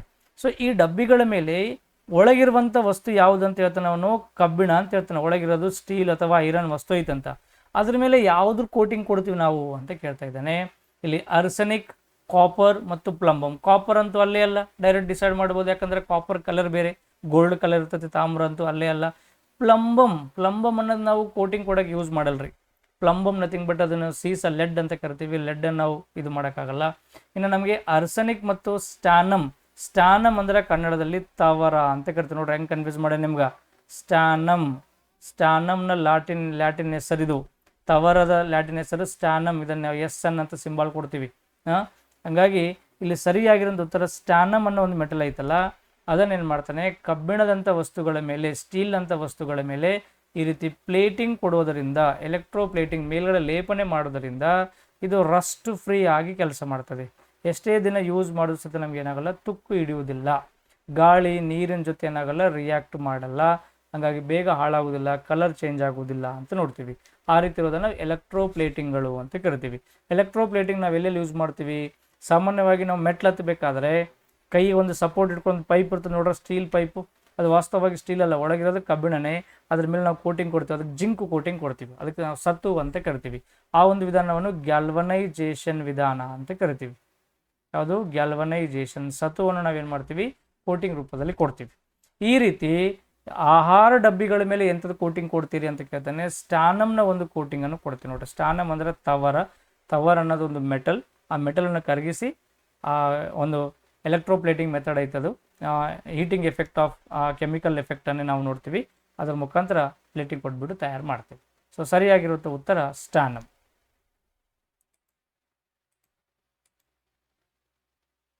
35% ಆಫ್ ಈಥೈಲ್ ಗ್ಲೈಕಾಲ್ ದ್ರಾವಣವನ್ನು ಕಾರುಗಳಲ್ಲಿ ಉಪಯೋಗಿಸುವರು. ಇದಕ್ಕೆ ಸರಿಯಾದ ಕಾರಣವು ಅಂತ ಕೇಳ್ತಾನೆ. ನೋಡಿ, ಈಥೈಲ್ ದ್ರಾವಣ ಅಂತ ಕಾರುಗಳಲ್ಲಿ ಯೂಸ್ ಮಾಡ್ತೀವಿ. ಎಲ್ಲಿ ಯೂಸ್ ಮಾಡ್ತೀವಪ್ಪ ಅಂದರೆ ನಾವು ರೇಡಿಯೇಟರ್ಗಳಲ್ಲಿ ಬಳಸ್ತೀವಿ ನೋಡ್ರಿ. ಎಲ್ಲಿ ಯೂಸ್ ಮಾಡ್ತೀವಿ? ರೇಡಿಯೇಟರ್. ಸರ್ ಏನು ಸರ್ ರೇಡಿಯೇಟರ್ ಅಂದರೆ? ಕನ್ನಡದಲ್ಲಿ ತಂಪು ಕಾರಕ ಅಂತ ಕರಿತೀವಿ. ತಂಪು ಕಾರಕ ಅಂದರೆ ಕೂಲಂಟ್ ಸಿಸ್ಟಮ್. ಏನು ಸರ್ ಕೂಲಂಟ್ ಅಂತಂದ್ರೆ, ಈ ದೊಡ್ಡ ಕಾರದಂತ ತಿಳ್ಕೊಡ್ರಿ. ಅವಾಗ ಕಾರು ಇಲ್ಲಿ ಇಂಜನ್ ಐತಿ, ಇಲ್ಲಿ ಇದ್ರ ಇಂಜನ್ ಮುಂದ್ಗಡೆ ಒಂದು ರೇಡಿಯೇಟರ್ ಅಂತ ಇರ್ತದೆ. ರೇಡಿಯೇಟರ್, ಈ ರೇಡಿಯೇಟರ್ ಒಳಗೆ ಇರ್ತದೆ ನೀರು ಇರ್ತಾವೆ. ಅವಾಗ ಇಂಜನ್ ಚಲ್ದು ನಡೆದು ಬಿಸಿ ಗಾಳಿಯನ್ನು ಬಿಡುಗಡೆ ಮಾಡ್ತತಿ. ಅವಾಗ ಈ ಬಿಸಿ ಗಾಳಿ ಇಲ್ಲಿ ಒಳಗಿರುವಂಥ ನೀರಿನ ಜೊತೆ ಟಚ್ ಆದಾಗ ಈ ನೀರು ಈ ಇಂಜನ್ಗೆ ಒಂದು ಕೂಲ್ ಸಿಸ್ಟಮನ್ನು ಸಪ್ಲೈ ಮಾಡ್ತದೆ. ಅಂದರೆ ನೀವು ಜಾಸ್ತಿ ಬಿಸಿ ಆದರೆ ಪಕ್ಕದಲ್ಲಿ ನೀರು ಇಟ್ಟಾಗ ನಾವು ಬೇಗ ಹೆಂಗೋ ಇಂಜನ್ ಕೋಲ್ಡ್ ಆಗ್ತದೋ ಹಂಗೆ ಆ ಇಂಜನನ್ನು ಕೋಲ್ಡ್ ಮಾಡುವಂಥ ಸಿಸ್ಟಮನ್ನು ಕೂಲಂಟ್ ಅಂತ ಕರಿತೀವಿ. ಈ ಕೂಲಂಟ್ ಆಗಿ ಸಾಮಾನ್ಯವಾಗಿ ನಾವೇನು ಯೂಸ್ ಮಾಡ್ತೀವಿ? ನೀರನ್ನೇ ನಾವು ಕೂಲಂಟ್ ಆಗಿ ಬಳಸ್ತೀವಿ. Water used as a coolant in radiators of vehicles. Radiator ಅಂತ ಒಂದು ಸಿಸ್ಟಮ್, ಅದರೊಳಗೆ ನಾವು ನೀರನ್ನು ಇಂಜನ್ ಭಾಳ ಬಿಸಿ ಹೊಗೆ ಹೊರಗೆ ಹಾಕಿದಾಗ ಅದನ್ನು ತಂಪು ಮಾಡೋಕೆ, ಇಂಜನ್ ಜಾಸ್ತಿ ಬಿಸಿ ಆಗಬಾರ್ದು ಅಂತೇಳಿ ನಾವು ರೇಡಿಯೇಟರ್ಗಳನ್ನು ಬಳಸ್ತೀವಿ. ಆ ಒಂದು ರೇಡಿಯೇಟರ್ ದ್ರಾವಣ ನೀರಲ್ಲಿ ನಾವೇನು ಮಾಡ್ತೀವಂತ ಈ 35% ಈಥೈಲ್ ಗ್ಲೈಕಾಲ್ ಎಂಬ ಕೆಮಿಕಲನ್ನು ಆ್ಯಡ್ ಮಾಡ್ತಾ ಇದ್ದೀವಂತ. ಏನಕ್ಕೆ ಆ್ಯಡ್ ಮಾಡ್ತೀರಿ ಅಂತ ಕೇಳ್ತಾನೆ ಕ್ವಶನ್. ಇದು ಇಂಜನನ್ನು ತಂಪುಗೊಳಿಸಲು ಬಳಸುವ ಘನೀಕರಣ ರೋಧಕವಾಗಿದೆ, ದಹನಕ್ಕೆ ಇಂಧನವಾಗಿದೆ, ಹೊಳೆಯುವ ವಸ್ತುವನ್ನಾಗಿ ಮತ್ತು ಏರ್ ಬ್ಯಾಗ್ ತೆರೆಯಲು ಸಹಾಯ ಮಾಡುತ್ತದೆ ಅಂತ ಕೊಡ್ತಾನೆ. ಸೊ ಫಸ್ಟ್ ಆಪ್ಷನ್ ನಾನು ಹೇಳಿದ ಪ್ರಕಾರ ಡೈರೆಕ್ಟ್ ನಿಮ್ಮ ಮೈಂಡ್ ಹೋಗ್ತದೆ, ತಂಪು ಕಾರಕ, ತಂಪುಗೊಳಿಸಲು ಅಂತ ಇದೆ. ಸೊ ರೇಡಿಯೇಟರ್ನ ಪ್ರಮುಖ ಕೆಲಸ ಏನು ಅಂತಂದರೆ ತಂಪುಗೊಳಿಸೋದು. ಸರಿ, ಈಥೈಲ್ ಗ್ಲೈಕಾಲ್ ವಾಟರ್ಗೆ ಯೂಸ್ ಮಾಡೋದು ಏನಾಗ್ತದೆ ಅಂತಂದರೆ ನೆನ್ಪಿಟ್ಕೋಬೇಕು, ಸಾಮಾನ್ಯವಾಗಿ ನೀರನ್ನು ನಾವು 100 ಡಿಗ್ರಿ ಸೆಲ್ಸಿಯಸ್ಸಲ್ಲಿ ಬಾಯ್ಲ್ಡ್ ಆಗೋದು ನೋಡ್ತೀವಿ. ಬಾಯ್ಲ್ಡ್ ಏನಾಗ್ತದೆ? ಕುದೀತದೆ. ಅವಾಗ ಈ ಇಂಜನ್ಲಿಂದ ಬೆಚ್ಚನೆಯ ಗಾಳಿ ಇದಕ್ಕೆ ಬಂದುಬಿಟ್ಟು ಈ ರೇಡಿಯೇಟರ್ ಒಳಗಿರುವಂಥ ನೀರು 100 ಡಿಗ್ರಿ ಸೆಲ್ಸ್ ಟೆಂಪ್ರೇಚರ್ ಆಯಿತು ಅಂದರೆ ಆ ನೀರೇ ಕುದಿಯೋಕ್ಕೆ ಸ್ಟಾರ್ಟ್ ಆಗ್ತದೆ. ಬಟ್ ಹಂಗೆ ಕುದಿಬಾರ್ದು, ನೀರು ಬೇಗ ಬೆಚ್ಚಗೆ ಆಗಬಾರ್ದು. ಭಾಳ ಸಮಯದವರೆಗೆ ನೀರು ತಣ್ಣಗಿರಬೇಕು. ಭಾಳ ಸಮಯದವರೆಗೆ ಆ ಇಂಜನ್ನಿಂದ ಬಂದಿರುವಂಥ ಬಿಸಿಯನ್ನು ಅಬ್ಸರ್ವ್ ಮಾಡ್ಕೋಬೇಕು. ಹಂಗಿರ್ಬೇಕಾದ್ರೆ ನೀರು ಬೇಗ ಬೆಚ್ಚಗಾಗಬಾರ್ದು. ಹಂಗೆ ನೀರು ಬೇಗ ಬೆಚ್ಚಗಾಗಬಾರ್ದು, ನೀರು ಬೇಗ ಬಾಯ್ಲ್ಡ್ ಆಗಬಾರ್ದು, ಅದರ ಬಾಯ್ಲಿಂಗ್ ಪಾಯಿಂಟನ್ನು ಇನ್ಕ್ರೀಸ್ ಮಾಡಬೇಕು ಅನ್ನೋ ಉದ್ದೇಶದಿಂದನೇ ಈಥೈಲ್ ಗ್ಲೈಕಾಲ್ ಎಂಬ ಈ ರೀತಿ ಒಂದು ಕೆಮಿಕಲ್ ಇರ್ತದೆ. ಈ ಈಥೈಲ್ ಗ್ಲೈಕಾಲ್ ಎಂಬ ಕೆಮಿಕಲನ್ನು ಎಷ್ಟು 65% ನೀರೊಂದಿಗೆ 35% ನಾವು ಈಥೈಲ್ ಗ್ಲೈಕಾಲ್ ಎಂಬ ಒಂದು ಕೆಮಿಕಲನ್ನು ಆ್ಯಡ್ ಮಾಡ್ತೀವಿ. ನಮಗೆ ಇವೆಲ್ಲ ಗೊತ್ತಾಗಲ್ಲ, ನಾವು ಬರೀ ಕಾರ್ ಸರ್ವಿಸಿಂಗ್ ಕೊಡ್ತೀವಿ, ಆಯ್ತು ರೀ ಸರ್ವಿಸಿಂಗ್ ಅಂದ್ರೆ ಆಯ್ತು ರೀ ಅಂತೀವಿ. ಬಿಲ್ ಎಷ್ಟು ಆಯ್ತದ, ಬಿಲ್ ಇದಕ್ಕೆ ಹಾಕಂತ ಇದು ಒಂದು 1000 ರೂಪಾಯಿ ಬಿಲ್ ಇದಕ್ಕೆ ಹಾಕಿದ್ರೆ ಸರ್ ರೇಡಿಯೇಟರ್ನಾಗ ನಾವು ಕೆಮಿಕಲ್ ಆ್ಯಡ್ ಮಾಡಿವ್ರಿ ಅಂದ್ರೆ ಆಯ್ತು ಕಾರ್ ತೊಗೊಂಡು ಬಂದುಬಿಡ್ತೀವಿ. ಬಟ್ ನಮ್ಮ ಸಾಮಾನ್ಯ ಜನರಿಗೆ ಗೊತ್ತಾಗಲ್ಲ. ನಿಮ್ಗೆ ಗೊತ್ತಾಗಬೇಕು ರೇಡಿಯೇಟರ್ ಒಳಗೆ ಏನೇನು ಇರ್ತೈತಿ. ಈಥೈಲ್ ಗ್ಲೈಕಾಲ್ ಯೂಸ್ ಏನು ಅಂದ್ರೆ it increases the boiling point of water. ಅಂದ್ರೆ ಅರ್ಥ ಬೇಗ ಬಾಯ್ಲ್ಡ್ ಆಗಕ್ಕೆ ಬಿಡಲ್ಲ, ಬೇಗ ಬೆಚ್ಚಗಾಗಕ್ಕೆ ಬಿಡಲ್ಲ. ಬೇಗ ಬೆಚ್ಚಗಾಗಲಿಲ್ಲ ಅಂತಂದ್ರೆ ಇಂಜನ್ ಭಾಳ ಸಮಯದವರೆಗೆ ತಣ್ಣಗಿರ್ತತಿ, ಇಂಜನ್ ಮೇಲೆ ಎಫೆಕ್ಟ್ ಬೀಳಲ್ಲ ಅನ್ನೋದು ನಮಗೆ ಗೊತ್ತಾಗಿರುವಂಥ ಅಂಶ. ಹಂಗಾಗಿ ಇದು ಇಂಜನನ್ನು ತಂಪುಗೊಳಿಸಲು ಬಳಸುವ ಘನೀಕರಣ ರೋಧಕವಾಗಿದೆ. ಆಂಟಿ ಫ್ರೀಸಿಂಗ್ ಮಟೀರಿಯಲ್ ಅಂತ ಕರಿತೀವಿ. It increases the boiling point of water. ಅರ್ಥ ಆಗುತ್ತಾ? ಎಷ್ಟು ಪರ್ಸೆಂಟ್ ಯೂಸ್ ಮಾಡ್ತಾ ಇದೀವಿ ಸದ್ಯಕ್ಕೆ? 35. ಸರ್ ಎಲ್ಲ ಕಾರ್ಗಳು 35 ಅನ್ನೋದಿಲ್ಲ. 35 ಟು ಕೆಲವೊಂದು ಕಾರ್ಗಳಲ್ಲಿ ನಾವು ಬಸ್ಗಳಲ್ಲಿ 50% ಸಹಿತ ನಾವು ಯೂಸ್ ಮಾಡಬಹುದು. ಹೆವಿ ಆಗಿರುವಂಥ ಕಂಟಿನ್ಯೂಸ್ ಆಗಿ ಜರ್ನಿ ಮಾಡುವಂಥ ಟ್ರಕ್ಗಳಲ್ಲಿ, ಬಸ್ಗಳಲ್ಲಿ ನಾವು ಅಪ್ ಟು 50% ನಾವು ಈಥೈಲ್ ಗ್ಲೈಕಾಲ್ ಎಂಬ ಕೆಮಿಕಲನ್ನು ನಾವೇನು ಮಾಡ್ಬೋದು, ಯೂಸ್ ಮಾಡ್ಬೋದು. ಐಡಿಯಾ ಬರ್ತಾ ಇದೆನಾ? ಎಸ್. ಇನ್ನು ದಹನಕ್ಕಾಗಿ ಏನು ಯೂಸ್ ಮಾಡ್ತೀವಿ ನಾವು? ಹಿಂದೆ ಪೆಟ್ರೋಲನ್ನು ಯೂಸ್ ಮಾಡ್ತೀವಿ, ಡೀಸೆಲ್, CNG ಯೂಸ್ ಮಾಡ್ತಾ ಇದ್ದೀವಿ. ಹೊಳೆಯುವ ವಸ್ತು ಅಂತೆಲ್ಲ ಹೊಳೆಯುವ ವಸ್ತುವಾಗಿ ಯಾವ್ದು ಯೂಸ್ ಮಾಡಲ್ಲ. ಏರ್ ಬ್ಯಾಗ್ಗಳು ತೆರೆಯಲು ಸಹಾಯ ಮಾಡ್ತೀವಿ. ಏರ್ ಬ್ಯಾಗ್ ಇರ್ತಲ್ಲ, ಒಳಗಡೆ ಯಾವ ಗ್ಯಾಸ್ ಇತ್ತು ಅಂತ ಕೇಳ್ತಾನೆ, ಬರ್ಕೋಬೇಕು. ಏರ್ ಬ್ಯಾಗ್ ಒಳಗಡೆ ಸೋಡಿಯಂ ಅಜಾಯ್ಡ್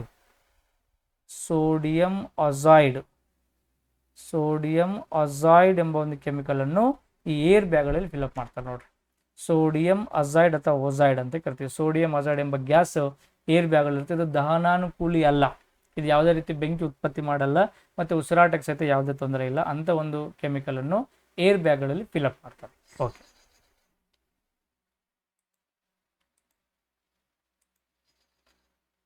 ನೋಡ್ರಿ ಸಾವಯವ ಗೊಬ್ಬರ. ಮತ್ತು ಇದೇ ಕ್ವಶನ್ ಗೊಬ್ಬರ ಮೇಲೆ 2 ಬಂತು ನೋಡ್ರಿ. ಇದಕ್ಕಿಂತ ಮೊದಲು ಯಾವ್ದು ಬಂತು? ಜೈವಿಕ ಗೊಬ್ಬರ ಅಂತ ಬಂದಿತ್ತು.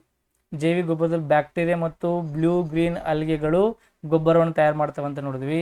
ಸಾವಯವ ಗೊಬ್ಬರಗಳನ್ನು ರಾಸಾಯನಿಕ ಗೊಬ್ಬರಗಳಿಗಿಂತ ಉತ್ತಮ ಎಂದು ಪರಿಗಣಿಸಲಾಗಿದೆ. ಸಾವಯವ nothing but organic fertilizers are very good then the chemical fertilizers. Because ಯಾಕೆ ಅಂದರೆ ನಾವು ಆರ್ಗಾನಿಕ್ ಗೊಬ್ಬರ, ಸಾವಯವ ಗೊಬ್ಬರ ಅಂದರೆ ತಿಪ್ಪಿ. ಒಂದು ಮಣ್ಣಿಗೆ ನಾವು ಮೆನ್ಯೂರ್ ಅಥವಾ ತಿಪ್ಪಿಯನ್ನು ತಂದು ಹಾಕುವುದರಿಂದ ಬೆಸ್ಟ್ ಆಗ್ತದಂತ. ಕೆಮಿಕಲ್ ಯಾವುದು? ಯೂರಿಯಾ, DAP ಇಂಥ ಕೆಮಿಕಲ್ ಯೂಸ್ ಮಾಡೋದರಿಂದ ಒಳ್ಳೆಯದಲ್ಲ.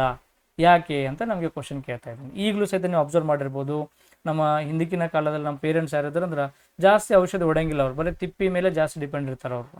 ನೋಡ್ರಿ ಏನು ಅಂದ್ರೆ ನೀರನ್ನು ಹಿಡಿದಿಡುವ ಮಣ್ಣಿನ ಸಾಮರ್ಥ್ಯವನ್ನು ಇದು ಹೆಚ್ಚಿಸುತ್ತದೆ. ಹೌದು, ವಾಟರ್ ಅಬ್ಸಾರ್ಪ್ಷನ್ ಲೆವೆಲ್ ಏನಾಗ್ತದೆ ಸಾವಯವ ಗೊಬ್ಬರದಿಂದ ಇನ್ಕ್ರೀಸ್ ಆಗ್ತದೆ.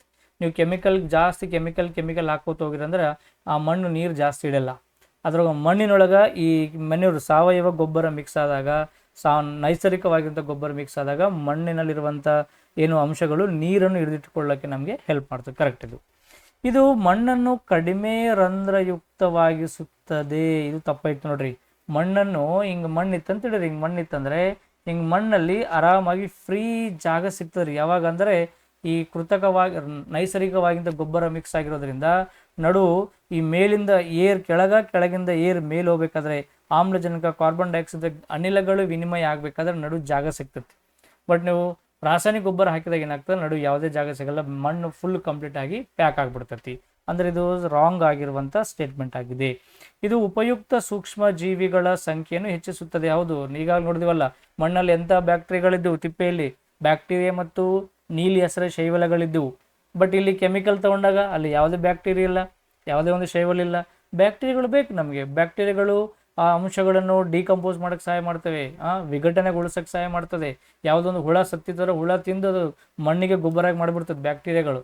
ಬ್ಯಾಕ್ಟೀರಿಯಾಗಳ ಸಂಖ್ಯೆಯನ್ನು ಇನ್ಕ್ರೀಸ್ ಮಾಡೋಕ್ಕೆ ನಮಗೆ ನೈಸರ್ಗಿಕವಾಗಿರುವಂಥ ಗೊಬ್ಬರ ಸಹಾಯ ಮಾಡ್ತದೆ. ಸರಿಯಾಗಿದೆ. ಇದು ಅನಿಲಗಳ ವಿನಿಮಯವನ್ನು ಸುಲಭಗೊಳಿಸುತ್ತದೆ. ಹೌದು, ಯಾಕಂದರೆ ರಂಧ್ರಗಳಿರುವುದರಿಂದ ಅನಿಲಗಳ ವಿನಿಮಯ ಏನಾಗ್ತದೆ, ಸುಲಭಗೊಳಿಸುತ್ತದೆ. ಬಟ್ ಅವನ ಸೆಕೆಂಡ್ ಆಪ್ಷನಲ್ಲಿ ನಮಗೆ ಸ್ಟೇಟ್ಮೆಂಟಲ್ಲಿ ರಂಧ್ರನೇ ಇರಲ್ಲ ಅಂತಾನೆ ಅದು ತಪ್ಪಾಗಿರುವಂಥ ಒಂದು ಸ್ಟೇಟ್ಮೆಂಟ್ ಆಗಿದೆ. ಯಾವ್ಯಾವ ಸರಿಯಾಗಿವೆ ಅಂದರೆ ಒಂದನೇ ಸರಿ ಇದೆ, ಮೂರನೇ ಸರಿ ಇದೆ ಮತ್ತು ನಾಲ್ಕನೇ ಸರಿ ಇದೆ, ಎರಡನೇದು ಮಾತ್ರ ತಪ್ಪಾಗಿದೆ. ಎರಡನೇದು ಬಿಟ್ಟು ಬೇರೆಲ್ಲ ಅಲ್ಲ ಆಪ್ಷನ್ ಮಾಡಬೇಕು. ಎಲ್ಲ ಒಂದನೇ ಸರಿ ಇದೆ, ಮೂರನೇ ಸರಿ ಇದೆ ಮತ್ತು ನಾಲ್ಕನೇ ಸರಿ ಇದೆ. ಇದು ಸರಿಯಾಗಿರುವಂಥ ಸ್ಟೇಟ್ಮೆಂಟ್. ಇಲ್ಲಿ ಎರಡಿದೆ ತಪ್ಪು, ಎರಡಿದೆ ತಪ್ಪು, ಎರಡಿದೆ ತಪ್ಪು. ಎರಡನೇದು ಮಣ್ಣನ್ನು ಕಡಿಮೆ ರಂಧ್ರ ಮುಕ್ತವನ್ನಾಗಿ ಮಾಡಿಸೋದಂದ್ರೆ ರಂಧ್ರಗಳೇ ಉಂಟಾಗಲ್ಲ ಅಂತ ಕೊಡ್ತಾನೆ ಇಲ್ಲ. ಯಾಕಂದರೆ ನೀರು ಇಂಗಬೇಕು, ನೀರು ಹಿಡ್ಕೊಳ್ಳಬೇಕಾದ್ರೆ ಅಲ್ಲಿ ಹೋಲ್ಸ್ ರಂಧ್ರಗಳು ಇರಲೇಬೇಕಲ್ಲಿ. ರಂಧ್ರ ಫಾರ್ಮೇಷನ್ ಆಗೇ ಆಗ್ತದೆ. ಬ್ಯಾಕ್ಟೀರಿಯಾಗಳ ಚಟುವಟಿಕೆಯಿಂದ, ಸೂಕ್ಷ್ಮಾಣುಜೀವಿಗಳ ಚಟುವಟಿಕೆಯಿಂದ ಮಣ್ಣಲ್ಲಿ ರಂಧ್ರಗಳು ಉಂಟಾಗ್ತವೆ. ಹಾಗಾಗಿ ನಮಗೆ 2 ಆಪ್ಷನ್ ನಮಗೆ ಸರಿಯಾಗಿರುವಂಥ ಉತ್ತರ ಆಗಿರ್ತದೆ. ನೋಡಿ, ಹಿಂಗ ಕೊಟ್ಟಿರುವಂಥ ಆಪ್ಷನ್ ಬಗ್ಗೆ ನಾವು ಅಲ್ಲಿಂದಲೇ ನೋಡಿಕೊಂಡು ಆನ್ಸರ್ ನಾವು ಮಾಡಬೇಕಾಗ್ತದೆ. ಇವಕ್ಕೆಲ್ಲ ಕೆಲವೊಂದು ಸೈಂಟಿಫಿಕ್ ರೀಸನ್ಸ್ ಬೇಕಲ್ಲ, ಒಂದು ಸೈಂಟಿಫಿಕ್ ಮೈಂಡ್ ಸೆಟ್ ನಮಗಿದ್ದರೆ ಸಾಕು. ಎಸ್, ನಿಮ್ಗೆ ಇನ್ನೂ ಏನಾದರೂ ಈ ಸಾವಯವ ಗೊಬ್ಬರ ಮತ್ತು ರಾಸಾಯನಿಕ ಗೊಬ್ಬರ ಬಗ್ಗೆ ಡಿಫ್ರೆನ್ಸ್ ಏನಾದರೂ ಬೇಕಾದರೆ ಒಂದು 4 ಡಿಫ್ರೆನ್ಸು ಚಾಟ್ GPT ಕೇಳ್ರೆ ಹೇಳ್ಬಿಟ್ಟೈತಿ, ತಂದು ತೊಗೊಂಬಂದು ನೋಡ್ಕೋಬೇಕಿಲ್ಲಿ. ಏನಂತಾನೆ, ಹೇಗೆ ತಯಾರಾಗ್ತದೆ? ಇದು ನ್ಯಾಚುರಲ್ ಆಗಿರುವಂಥ ಫರ್ಟಿಲೈಸರ್, ಇದು ಕೆಮಿಕಲ್ ಫರ್ಟಿಲೈಸರ್. ಸೆಗಣಿ, ಕಾಂಪೋಸ್ಟ್ ಎಲೆಗಳಿಂದ ತಯಾರಾಗಿರುವಂಥದ್ದು. ಫ್ಯಾಕ್ಟ್ರಿಗಳಲ್ಲಿ ಕೆಮಿಕಲ್ಗಳು ಬಳಸಿ ತಯಾರು ಮಾಡ್ತೀವಿ. ಇದನ್ನು ಕೆಲಸದ ವೇಗ ನಿಧಾನವಾಗಿ ಕೆಲಸ ಮಾಡ್ತದೆ. ನಾವು ಹಾಕಿದ ತಕ್ಷಣ ಇಮ್ಮಿಡಿಯೇಟಾಗಿ ಪಟ್ ಅಂತೇಳಿ ಫಸಲ್ ಬರಲ್ಲ, ನಮಗೆ ಟೈಮ್ ತೊಗೊತೈತಿ. ಗೊತ್ತಲ್ಲ ನಮಗೆ, ಗೊಬ್ಬರ ಈ ವರ್ಷ ಹಾಕಿದ್ರೆ 3 ವರ್ಷದವರೆಗೆ ನಾವು ಏನು ವ್ಯವಸಾಯವನ್ನು ಮಾಡ್ಬೋದು. ಬಟ್ ಫರ್ಟಿಲೈಸರ್ ಒಂದು ಪ್ರತಿ ವರ್ಷ ಹಾಕ್ಬೇಕು ನಾವು. ಅದಕ್ಕೆ ಇನ್ಸ್ಟೆಂಟ್ ಆ ಒಂದು ಬೆಳೆಗೆ ಮಾತ್ರ ಅದು ಸಪೋರ್ಟ್ ಮಾಡ್ತತಿ. ಹಾಗೆ ತಕ್ಷಣವೇ ಕೆಲಸ ಮಾಡ್ತತಿ, ಇದು ನಿಧಾನವಾಗಿ ಕೆಲಸ ಮಾಡ್ತತಿ. ಮಣ್ಣಿನ ಆರೋಗ್ಯ, ಮಣ್ಣಿನ ಫಲವತ್ತತೆ ಮತ್ತು ಮೃದುವಾಗಿಸುತ್ತದೆ. ಮಣ್ಣಿನ ಸಾಫ್ಟ್ನು ಮಾಡ್ತತಿ ಮತ್ತು ಜೊತೆಗೆ ಅದರ ಫರ್ಟೈಲ್ ರೇಟ್ ಇನ್ಕ್ರೀಸ್ ಮಾಡ್ತತಿ. ಅತಿಯಾಗಿ ಬಳಸಿದರೆ ಮಣ್ಣು ಗಟ್ಟಿಯಾಗುತ್ತದೆ. ಗಟ್ಟಿಯಾಗುತ್ತೆ ಹೇಳಿನಲ್ಲ, ಏನು ಹೋಲ್ಸ್ ಫಾರ್ಮೇಷನ್ ಆಗಲ್ಲ, ಗಟ್ಟಿಯಾಗಿಬಿಡ್ತತಿ ಅಂತ ನೋಡ್ತೀವಿ. ಗಿಡಗಳಿಗೆ ಅಪಾಯ ಅಂದರೆ ಗಿಡಗಳು ಸುಟ್ಟು ಹೋಗುವ ಭಯ ಇರೋದಿಲ್ಲ, ಗಿಡಗಳಿಗೆ ಯಾವುದೇ ಎಫೆಕ್ಟ್ ಇಲ್ಲ. ಸ್ವಲ್ಪ ಏನಾದರೂ ಕೆಮಿಕಲ್ ಭಾಳ ಕಾನ್ಸಂಟ್ರೇಟೆಡ್ ಆಗಿಂತ ಕೆಮಿಕಲ್ ಬಡ್ದಿವಿ, ಹೈ ಎನರ್ಜಿ ಇರುವಂಥ ಕೆಮಿಕಲ್ ಬಡ್ದು ಬಿಟ್ಟಿವಿ ಅಂದ್ರೆ ಗಿಡಗಳೇ ಸುಟ್ಟೋಗ್ಬಿಡ್ತವೆ. ಪರಿಸರಕ್ಕೆ ಯಾವ ರೀತಿ ಬೆನಿಫಿಟ್ ಅದ ಅಂದರೆ, ಪರಿಸರಕ್ಕೆ ಮತ್ತು ಭೂಮಿಗೆ ತುಂಬ ಸುರಕ್ಷಿತ, ಯಾವುದೇ ಎಫೆಕ್ಟ್ ಇಲ್ಲ. ನೀರು ಮತ್ತು ಮಣ್ಣನ್ನು ಕಲುಷಿತಗೊಳಿಸಬಹುದು. ಹೌದು, ಈ ರೀತಿ ಸ್ವಲ್ಪ ಬೇಸಿಕ್ ಆಗಿರುವಂಥ ಕಂಪ್ಯಾರಿಸನ್ ನೀವು ಮಾಡಿಕೊಂಡ್ರೆ ನಿಮಗೆ ತುಂಬ ಉಪಯುಕ್ತ ಆಗ್ತದೆ. ಎಸ್,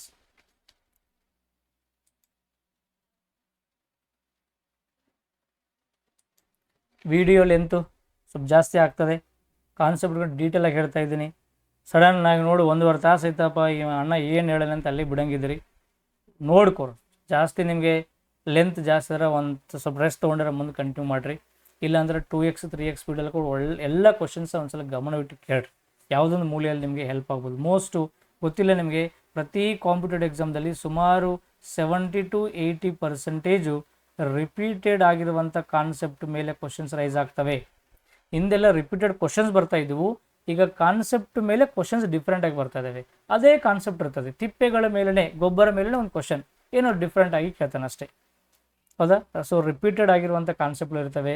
ಪಾಠ ಮಾಡುವಂಥ ಲೆಕ್ಚರ್ಗಳು, ಅನಲೈಸಿಸ್ ಮಾಡುವಂಥ ಟೀಚರ್ಗಳು ಒಂದು ಕಾನ್ಸೆಪ್ಟ್ ಬಂದಾಗ ಅದಕ್ಕೆ ಇನ್ನೊಂದು ಯಾವುದೋ ಬೇರೆ ಲಿಂಕ್ ಕೊಟ್ಟು ಬೇರೆ ಬೇರೆ ಕಾನ್ಸೆಪ್ಟ್ ಹೇಳ್ತಿರ್ತಾರೆ. ದಯವಿಟ್ಟು ಪೇಷನ್ಸ್ ಇರಲಿ.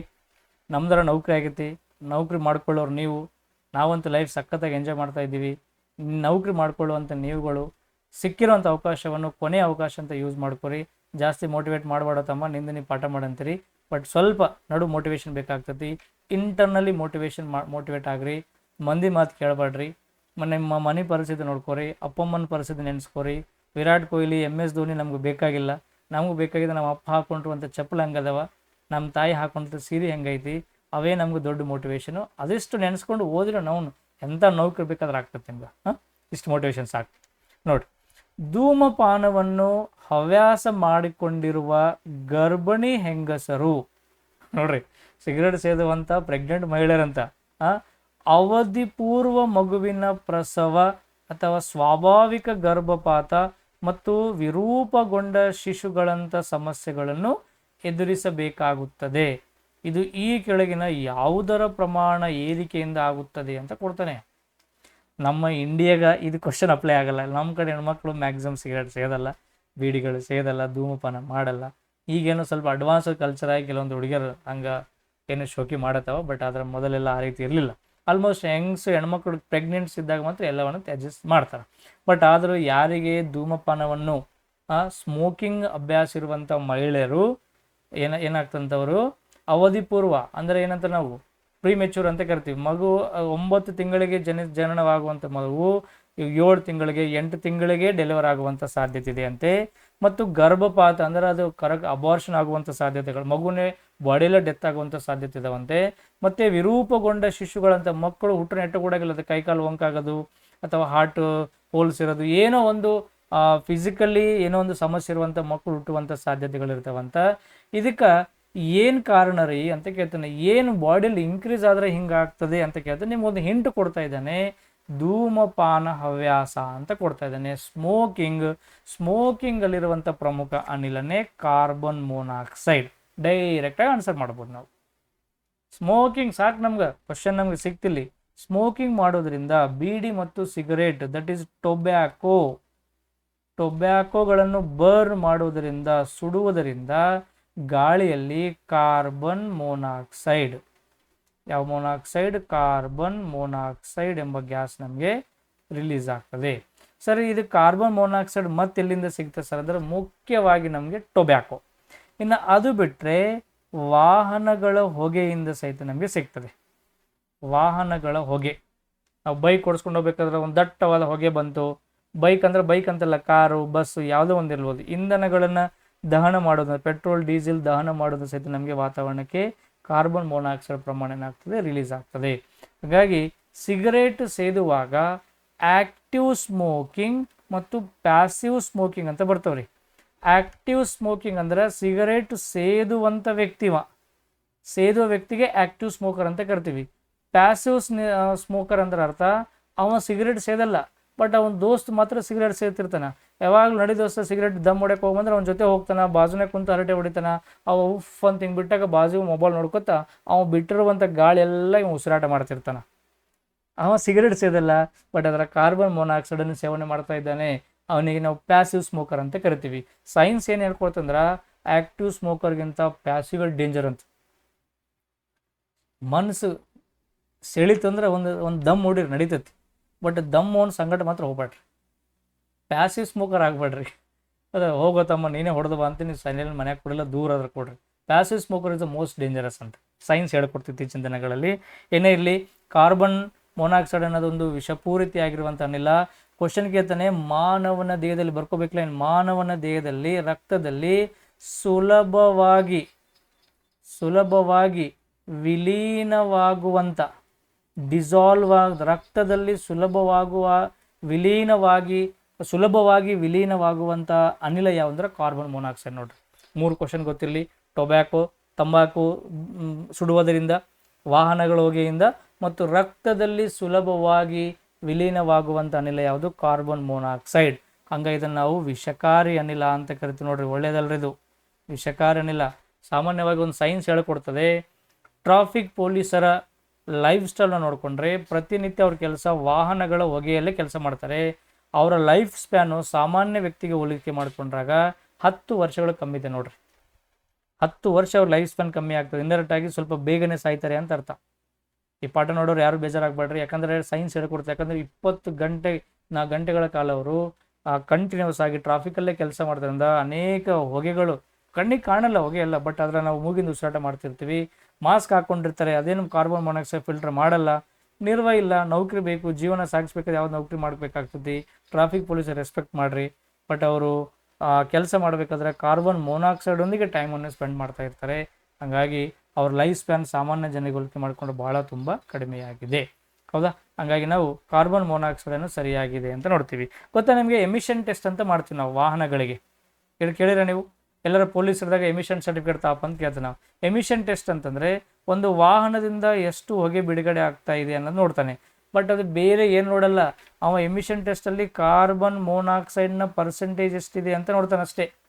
ಅಫ್ಕೋರ್ಸ್ ₹100 ಕೊಟ್ಟರೆ ಸಿಗ್ತದೆ ನಮಗೆ. ಕಾರ್ಬನ್ ಮೊನಾಕ್ಸೈಡ್ನ ಪ್ರಮಾಣ, ಒಂದು ಉತ್ತಮ ಇಂಧನ, ಉತ್ತಮ ಎಂಜನ್ ಇತ್ತು ನಿಮ್ಮ ವೆಹಿಕಲ್ದು ಅಂತಂದರೆ <3% ಇರಬೇಕು. ನಿಮ್ಮ ಎಂಜನ್ನಿಂದ, ನಿಮ್ಮ ವೆಹಿಕಲಿಂದ ಬಂದಿರುವಂಥ ಹೊಗೆಯಲ್ಲಿ ಕಾರ್ಬನ್ ಮೊನಾಕ್ಸೈಡ್ ಕಂಟೆಂಟು <3% ಇತ್ತು ಅಂತಂದರೆ ನಿಮ್ಮ ವೆಹಿಕಲ್ ಚೆನ್ನಾಗಿದೆ, ಏನು ತೊಂದರೆ ಇಲ್ಲ, ಗುಡ್ ಅಂತ ನಮ್ಗೆ ಸರ್ಟಿಫೈ ಮಾಡಿಕೊಡ್ತಾನೆ. 3% ಜಾಸ್ತಿ ಬಂತಂದರೆ ವೆಹಿಕಲ್ ಚೆನ್ನಾಗಿಲ್ಲ, ಅಂದರೆ ವಾತಾವರಣಕ್ಕೆ ವಿಷಕಾರಿಯಾಗಿರುವಂಥ ಅನಿಲಗಳನ್ನು ಪ್ರೊಡ್ಯೂಸ್ ಮಾಡ್ತಾ ಇದೆ ಅನ್ನೋದು ನಮಗೆ ಇಂಡಿಕೇಟ್. ಎಮಿಷನ್ ಟೆಸ್ಟಲ್ಲಿ ಯಾವ ಗ್ಯಾಸನ್ನು ಚೆಕ್ ಮಾಡ್ತಾರೆ? Carbon monoxide. ಎಷ್ಟು ಪರ್ಸೆಂಟೇಜ್ ಇರಬೇಕು? 3ಕ್ಕಿಂತ ಕಮ್ಮಿ ಇರಬೇಕು. ಸಿಮೆಂಟಲ್ಲಿ ಜಿಪ್ಸಮ್ ಎಷ್ಟು ಇರಬೇಕು? 3ಕ್ಕಿಂತ ಕಮ್ಮಿ ಇರಬೇಕು. ಹಿಂಗೆ ಲಿಂಕ್ ಕೊಡ್ರಿ, ಹೆಲ್ಪ್ ಆಗ್ತದೆ. ಸೊ ಸರಿಯಾಗಿರುವಂಥ ಉತ್ತರ ಯಾವುದು? Carbon monoxide.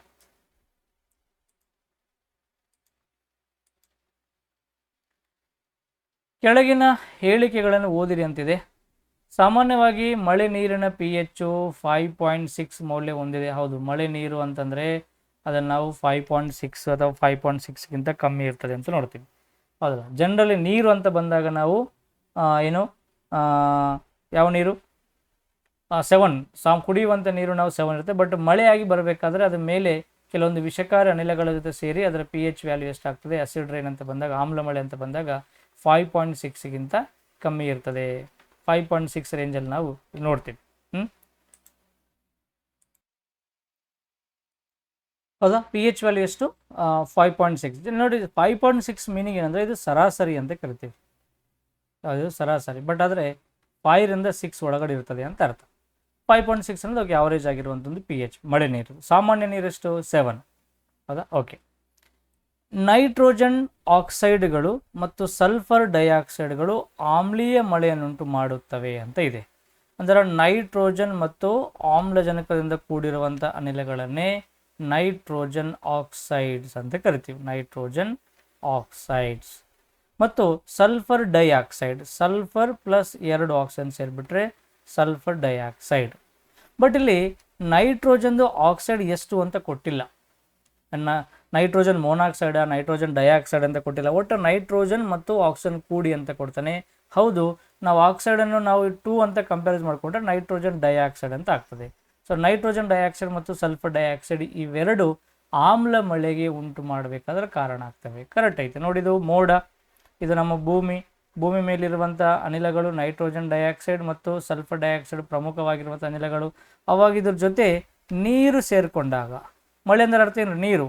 H2O ಮತ್ತು NO2 ಎರಡು ಸೇರ್ಕೊಂಡ್ಬಿಟ್ಟಂದ್ರೆ ನಮಗೆ HNO3 ನೈಟ್ರಿಕ್ ಆಮ್ಲ ಅಂತ ತಯಾರಾಗ್ತದೆ. H2O ಮತ್ತು SO2 ಸೇರ್ಕೊಂಡ್ಬಿಟ್ರೆ ನಮ್ಗೆ H2SO3 ಸಲ್ಫ್ಯೂರಸ್ ಆಸಿಡ್ ತಯಾರಾಗ್ತದೆ. ಇವೆರಡು ನಮ್ಗೆ ಏನಾಗ್ತದೆ ಅಂದ್ರೆ ಆಮ್ಲ ಮಳೆ ಉಂಟಾಗಬೇಕಾದ್ರೆ ಕಾರಣ ಆಗ್ತವೆ.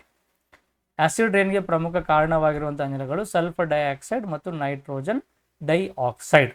ಇಲ್ಲಿ ನಮಗೆ ನೈಟ್ರೋಜನ್ ಡೈ ಅನ್ನೋ ಪದ ಕೊಟ್ಟಿಲ್ಲ, ಬಟ್ ಆಕ್ಸೈಡ್ಸ್ ಅಂತ ಕೊಟ್ಟಾನೆ. ಜಸ್ಟ್ ಇಮ್ಯಾಜಿನ್, ನೈಟ್ರೋಜನ್ ಡೈಆಕ್ಸೈಡ್ ಅನ್ನೋದು ಒಂದು ನೈಟ್ರೋಜನ್ ಆಕ್ಸೈಡೇ. ಹಂಗಾಗಿ ಅದು ರೆಸ್ಪಾನ್ಸಿಬಲ್ ಆಗಿರುವಂಥ ಒಂದು ಅನಿಲ ಆಗಿರ್ತದೆ. ಹಾಗಾಗಿ 1 ಮತ್ತು 2 ಹೇಳಿಕೆಗಳೇನಾಗಿದ್ದಾವೆ? ಸರಿಯಾಗಿದ್ದಾವೆ. ಸೊ ಹೇಳಿಕೆ 1 ಸರಿಯಾಗಿದೆ ಮತ್ತು ಈ ಹೇಳಿಕೆ 2 ಸರಿಯಾಗಿಲ್ಲ ಅಲ್ಲ. ಹೇಳಿಕೆ 1 ಮತ್ತು ಹೇಳಿಕೆ 2 ಸರಿಯಾಗಿವೆ. ಹೌದು, ಇವೆರಡು ಸಹಿತ ಸರಿಯಾಗಿರುವಂಥ ಹೇಳಿಕೆಗಳು ಅಂತ ನಾವು ನೋಡ್ತೀವಿ. ಇನ್ನು ಆ್ಯಸಿಡ್ ರೈನ್ ಮೇಲೆ ಸಾಧ್ಯ ಆದರೆ ಒಂದು ಪ್ರಬಂಧ ಬರೀರಿ. ಆ್ಯಸಿಡ್ ರೈನ್ ಅಂದರೆ ಏನು, ಕಾರಣಗಳೇನು, ಪರಿಹಾರಗಳೇನು, ಇತ್ತೀಚಲಾಗಿ ಅದರಿಂದ ಆಗುವಂಥ ಅನಾಹುತಗಳೇನು, ಒಂದು ನೀವು ಪ್ರಬಂಧ ರೂಪದಲ್ಲಿ ನೀವು ಬರೆದಿಟ್ಕೊಳ್ಳಿ, ನಿಮಗೆ ಎಕ್ಸಾಮ್ಗೆ ಹೆಲ್ಪ್ ಆಗ್ತದೆ. ರೈಲ್ವೆ ಹಳಿಗಳನ್ನು ಜೋಡಿಸಲು ಬಳಸಬಹುದಾದ ಮಿಶ್ರಣವು ಯಾವುದು ಆಗಿದೆ ಅಂತ ಕೊಡ್ತಾನೆ. ನೋಡ್ರಿ, ರೈಲ್ವೆ ಟ್ರ್ಯಾಕು ನಾವು ನೋಡೋಕ್ಕೆ ನಾವೆಷ್ಟೇ ದೂರಕ್ಕೆ ಹೋದ್ರೂ ಸಹಿತ ಒಂದೇ ಟ್ರ್ಯಾಕ್ ಇದ್ದಂಗೆ ಕಾಣ್ತೈತೆ. ಒಂದು 100 ಕಿಲೋಮೀಟರ್ ದೂರ ಹಂಗೆ ಹೋಗಲಿ, ನಡು ನಮಗೆ ಜನರಲಿ ಗ್ಯಾಪ್ ಸಿಗಲ್ಲ. ಗ್ಯಾಪ್ ಸಿಗ್ತದೆ, ಅದು ಬೇರೆ ಉದ್ದೇಶ. ಬಟ್ ಆದರೆ ಭಾಳ ಉದ್ದೂದ್ದು ದೂರದವರೆಗೆ ಸಹಿತ ನಮಗೆ ಒಂದು ರೈಲ್ವೆ ಟ್ರ್ಯಾಕ್ ಸಿಗುತ್ತಲ್ಲ, ಆವಾಗ ಅಷ್ಟು ಉದ್ದಕ್ಕೆ ನಾವು ಕೈಗಾರಿಕೆಯನ್ನು ತಯಾರು ಮಾಡಲ್ಲ. ಅಲ್ಲಿ ತಂದು ಈ 2 ಹಳಿಗಳನ್ನು ನಮಗೆ ಯಾವುದೇ ರೀತಿ ಗುರುತು ಸಿಗದೆ ಹಾಗೆ ಈ 2 ಹಳಿಗಳು ಏನು ಮಾಡ್ತಾರೆ, ಇಲ್ಲಿ ನಿರ್ದಿಷ್ಟ ಒಂದು ದೂರದಲ್ಲಿ ಎರಡನ್ನು ವೆಲ್ಡಿಂಗ್ ಮಾಡಿಬಿಡ್ತಾರೆ. ಆ ವೆಲ್ಡಿಂಗ್ ಮಾಡಿದಾಗ ಅಲ್ಲಿ ವೆಲ್ಡಿಂಗ್ ಮಾಡಿದೆ ನಮಗೆ ಗೊತ್ತಾಗಲ್ಲ, ಅಷ್ಟು ಈಸಿಯಾಗಿ ನಾವೇನು ಮಾಡ್ತೀವಿ, ಎರಡನ್ನು ಜೋಡಿಸ್ಬಿಡ್ತೀವಿ. ಹಂಗೆ ಆ ವೆಲ್ಡಿಂಗಲ್ಲಿ ಯಾವ ಕೆಮಿಕಲ್ನ ಸಹಾಯದಿಂದ ಅದನ್ನು ಮೆಲ್ಟ್ ಮಾಡಿ ವೆಲ್ಡಿಂಗನ್ನು ಮಾಡ್ತೀವಿ ಅಂತ ಕ್ವಶನ್ ಕೇಳ್ತಾನೆ. ಸೊ ರೈಲ್ವೆ ಹಳಿಗಳನ್ನು ಜೋಡಿಸಬೇಕಾದ್ರೆ ಬಳಸಬಹುದಾದ ಮಿಶ್ರಣ ಯಾವುದು ಅಂತ ಕೇಳ್ತಾ ಇದ್ದಾನೆ. ಇಲ್ಲಿ ನಮಗೆ ಐರನ್ ಆಕ್ಸೈಡ್ ಮತ್ತು ಅಲ್ಯೂಮಿನಿಯಮನ್ನು ನಾವೇನು ಮಾಡ್ತೀವಿ, ಈ ವೆಲ್ಡಿಂಗ್ ರೂಪದಲ್ಲಿ ಬಳಸ್ತೀವಿ. ನೋಡ್ರಿ, ಈ ಒಂದು ಡಬ್ಬಿ ಕಾಣತ್ತಲ್ಲ, ಈ ಡಬ್ಬಿದಲ್ಲಿ ಅಲ್ಯೂಮಿನಿಯಂ ಪೌಡರ್ ಮತ್ತು ಐರನ್ ಆಕ್ಸೈಡ್ ಅಂದರೆ ತುಕ್ಕು. ಐರನ್ ಆಕ್ಸೈಡ್ ಅಂದರೆ ತುಕ್ಕು, ಕಬ್ಬಿಣದ ತುಕ್ಕನ್ನೇ ನಾವು ಐರನ್ ಆಕ್ಸೈಡ್ ಅಂತ ಕರಿತೀವಿ. ಆಕ್ಸೈಡ್ ಕಬ್ಬಿಣದ 3 ಆಕ್ಸೈಡ್, ಐರನ್ 3 ಆಕ್ಸೈಡ್ ಅಥವಾ ಇಂಡೈರೆಕ್ಟ್ ಆಗಿ ರಸ್ಟ್ ಅಥವಾ ತುಕ್ ಅಂತ ಕರಿತೀವಿ. ಈ ತುಕ್ಕನ್ನು ಮತ್ತು ಅಲ್ಯೂಮಿನಿಯಂ ಪೌಡರ್ನ ಎರಡನ್ನು ಈ ಟ್ಯಾಂಕಲ್ಲಿ ಹಾಕಿ ಬಿಸಿ ಕೊಟ್ಟಾಗ ಅಲ್ಲೊಂದು ಮಿಶ್ರಣ ತಯಾರಾಗ್ತದೆ. ಆ ಮಿಶ್ರಣವನ್ನೇ ನಾವಿಲ್ಲಿ ಟ್ರ್ಯಾಕನ್ನು ಕರೆಕ್ಟಾಗಿ ಜೋಡಿಸ್ಬೇಕಾದ್ರೆ ಯೂಸ್ ಮಾಡ್ತೀವಿ. ನಮ್ಗೆ ಆಮೇಲೆ ಫುಲ್ ಕಂಪ್ಲೀಟಾಗಿ ವೆಲ್ಡಿಂಗ್ ಆಗ್ತೈತಿ, ನಮಗೆ ಯಾವುದೇ ರೀತಿ ವೆಲ್ಡಿಂಗ್ ಆಗಿದ್ದೇ ಗೊತ್ತಾಗಲ್ಲ. ಸರಿಯಾಗಿರೋಂಥ ಉತ್ತರ ಅಲ್ಯೂಮಿನಿಯಂ ಮತ್ತು ಐರನ್ 3 ಆಕ್ಸೈಡ್. ನೋಡಿರಿ, ಅಲ್ಯೂಮಿನಿಯಂ ಆಕ್ಸೈಡ್ ಕಬ್ಬಿಣ ಅಂತ ಕೊಟ್ಟಾನೆ, ಆಕ್ಸೈಡ್ ಎದ್ರದ್ದು ಇರಬೇಕು, ಇಲ್ಲಿ ಐರನ್ ಇರಬೇಕು, ಇದು ಇಂಪಾರ್ಟೆಂಟ್. ಐರನ್ ಆಕ್ಸೈಡ್ ಮತ್ತು ಅಲ್ಯೂಮಿನಿಯಂ ನಾವಿಲ್ಲಿ ಯೂಸ್ ಮಾಡ್ತೀವಿ. ಎಲ್ಲ ಕಡೆ ಅಲ್ಯೂಮಿನಿಯಂ ಇದೆ, ಇಲ್ಲೇ ಅಲ್ಯೂಮಿನಿಯಂ ಇದೆ, ಇಲ್ಲದೆ ಬಟ್ ಕನ್ಫ್ಯೂಸ್ ಆಗ್ತೈತಿ. ಐರನ್ 3 ಆಕ್ಸೈಡ್ ಅಂತ ನಾವು ನೆನ್ಪಿಟ್ಕೋಬೇಕು. ಇಂಥ ಕ್ವಶನು ಸ್ವಲ್ಪ ಆನ್ಸರ್ ಮಾಡೋಕ್ಕೆ ಕಷ್ಟನೇ, ಏನೋ ನಾವು ಆನ್ಸರ್ ನೋಡ್ಕೊಂಡು ಹೇಳಿದ್ವಿ. ಬಟ್ ಆದರೆ ನಿಮಗೆ ರಿಯಲಾಗಿ ಎಕ್ಸಾಮ್ದಲ್ಲಿ ಬಂದಾಗ ಆ್ಯಸ್ ಎ ಟೀಚರ್ ಆಗಿ 10 ಇಯರ್ಸ್ 20 ಇಯರ್ಸ್ ಎಕ್ಸ್ಪೀರಿಯನ್ಸ್ ಇರುವಂಥ ಟೀಚರ್ ಆಗಿ ಸಹಿತ ಏನಾಗ್ತದೆ, ಕನ್ಫ್ಯೂಸ್ ಆಗ್ತದೆ. ಒಂದು ಫ್ಯಾಕ್ಟ್ ಹೇಳ, ಆ ವೆಲ್ಡಿಂಗ್ ಮಾಡ್ತಿರ್ತಲ್ಲ ಟ್ರ್ಯಾಕ್ ಮೇಲೆ, ಅವನಿಗೆ ಗೊತ್ತಿರಲ್ಲ ಅದು ಯಾವುದಂತೇಳಿ. ಹೇಳಿದ ಅರ್ಥ ಆಯ್ತಾ? ಆ ಟ್ರ್ಯಾಕ್ ಜೋಡಿಸ್ಕೊಂಡು ಹೋಗುವಂಥ ವ್ಯಕ್ತಿಗೆ ಐರನ್ 3 ಆಕ್ಸೈಡ್ ಅಂತ ಗೊತ್ತಿರ್ತೈತೆ ಇರೋದಕ್ಕೆ. ಅದು ಪಾಪ ಡಿ ಗ್ರೂಪ್ ಇರ್ತೈತೆ, ಏನೋ ಒಟ್ಟಿಪಾಡಿ ರೈಲ್ವೆ ಜಾಬ್ ಸಿಕ್ಕಿರ್ತೈತಿ, ಜಾಬ್ ಮಾಡ್ತಿರ್ತದ. ಅದಕ್ಕೆ ಐರನ್ 3 ಆಕ್ಸೈಡ್ ಕೆಲಸ ಮಾಡೋನಿಗೆ ಗೊತ್ತಿಲ್ಲ.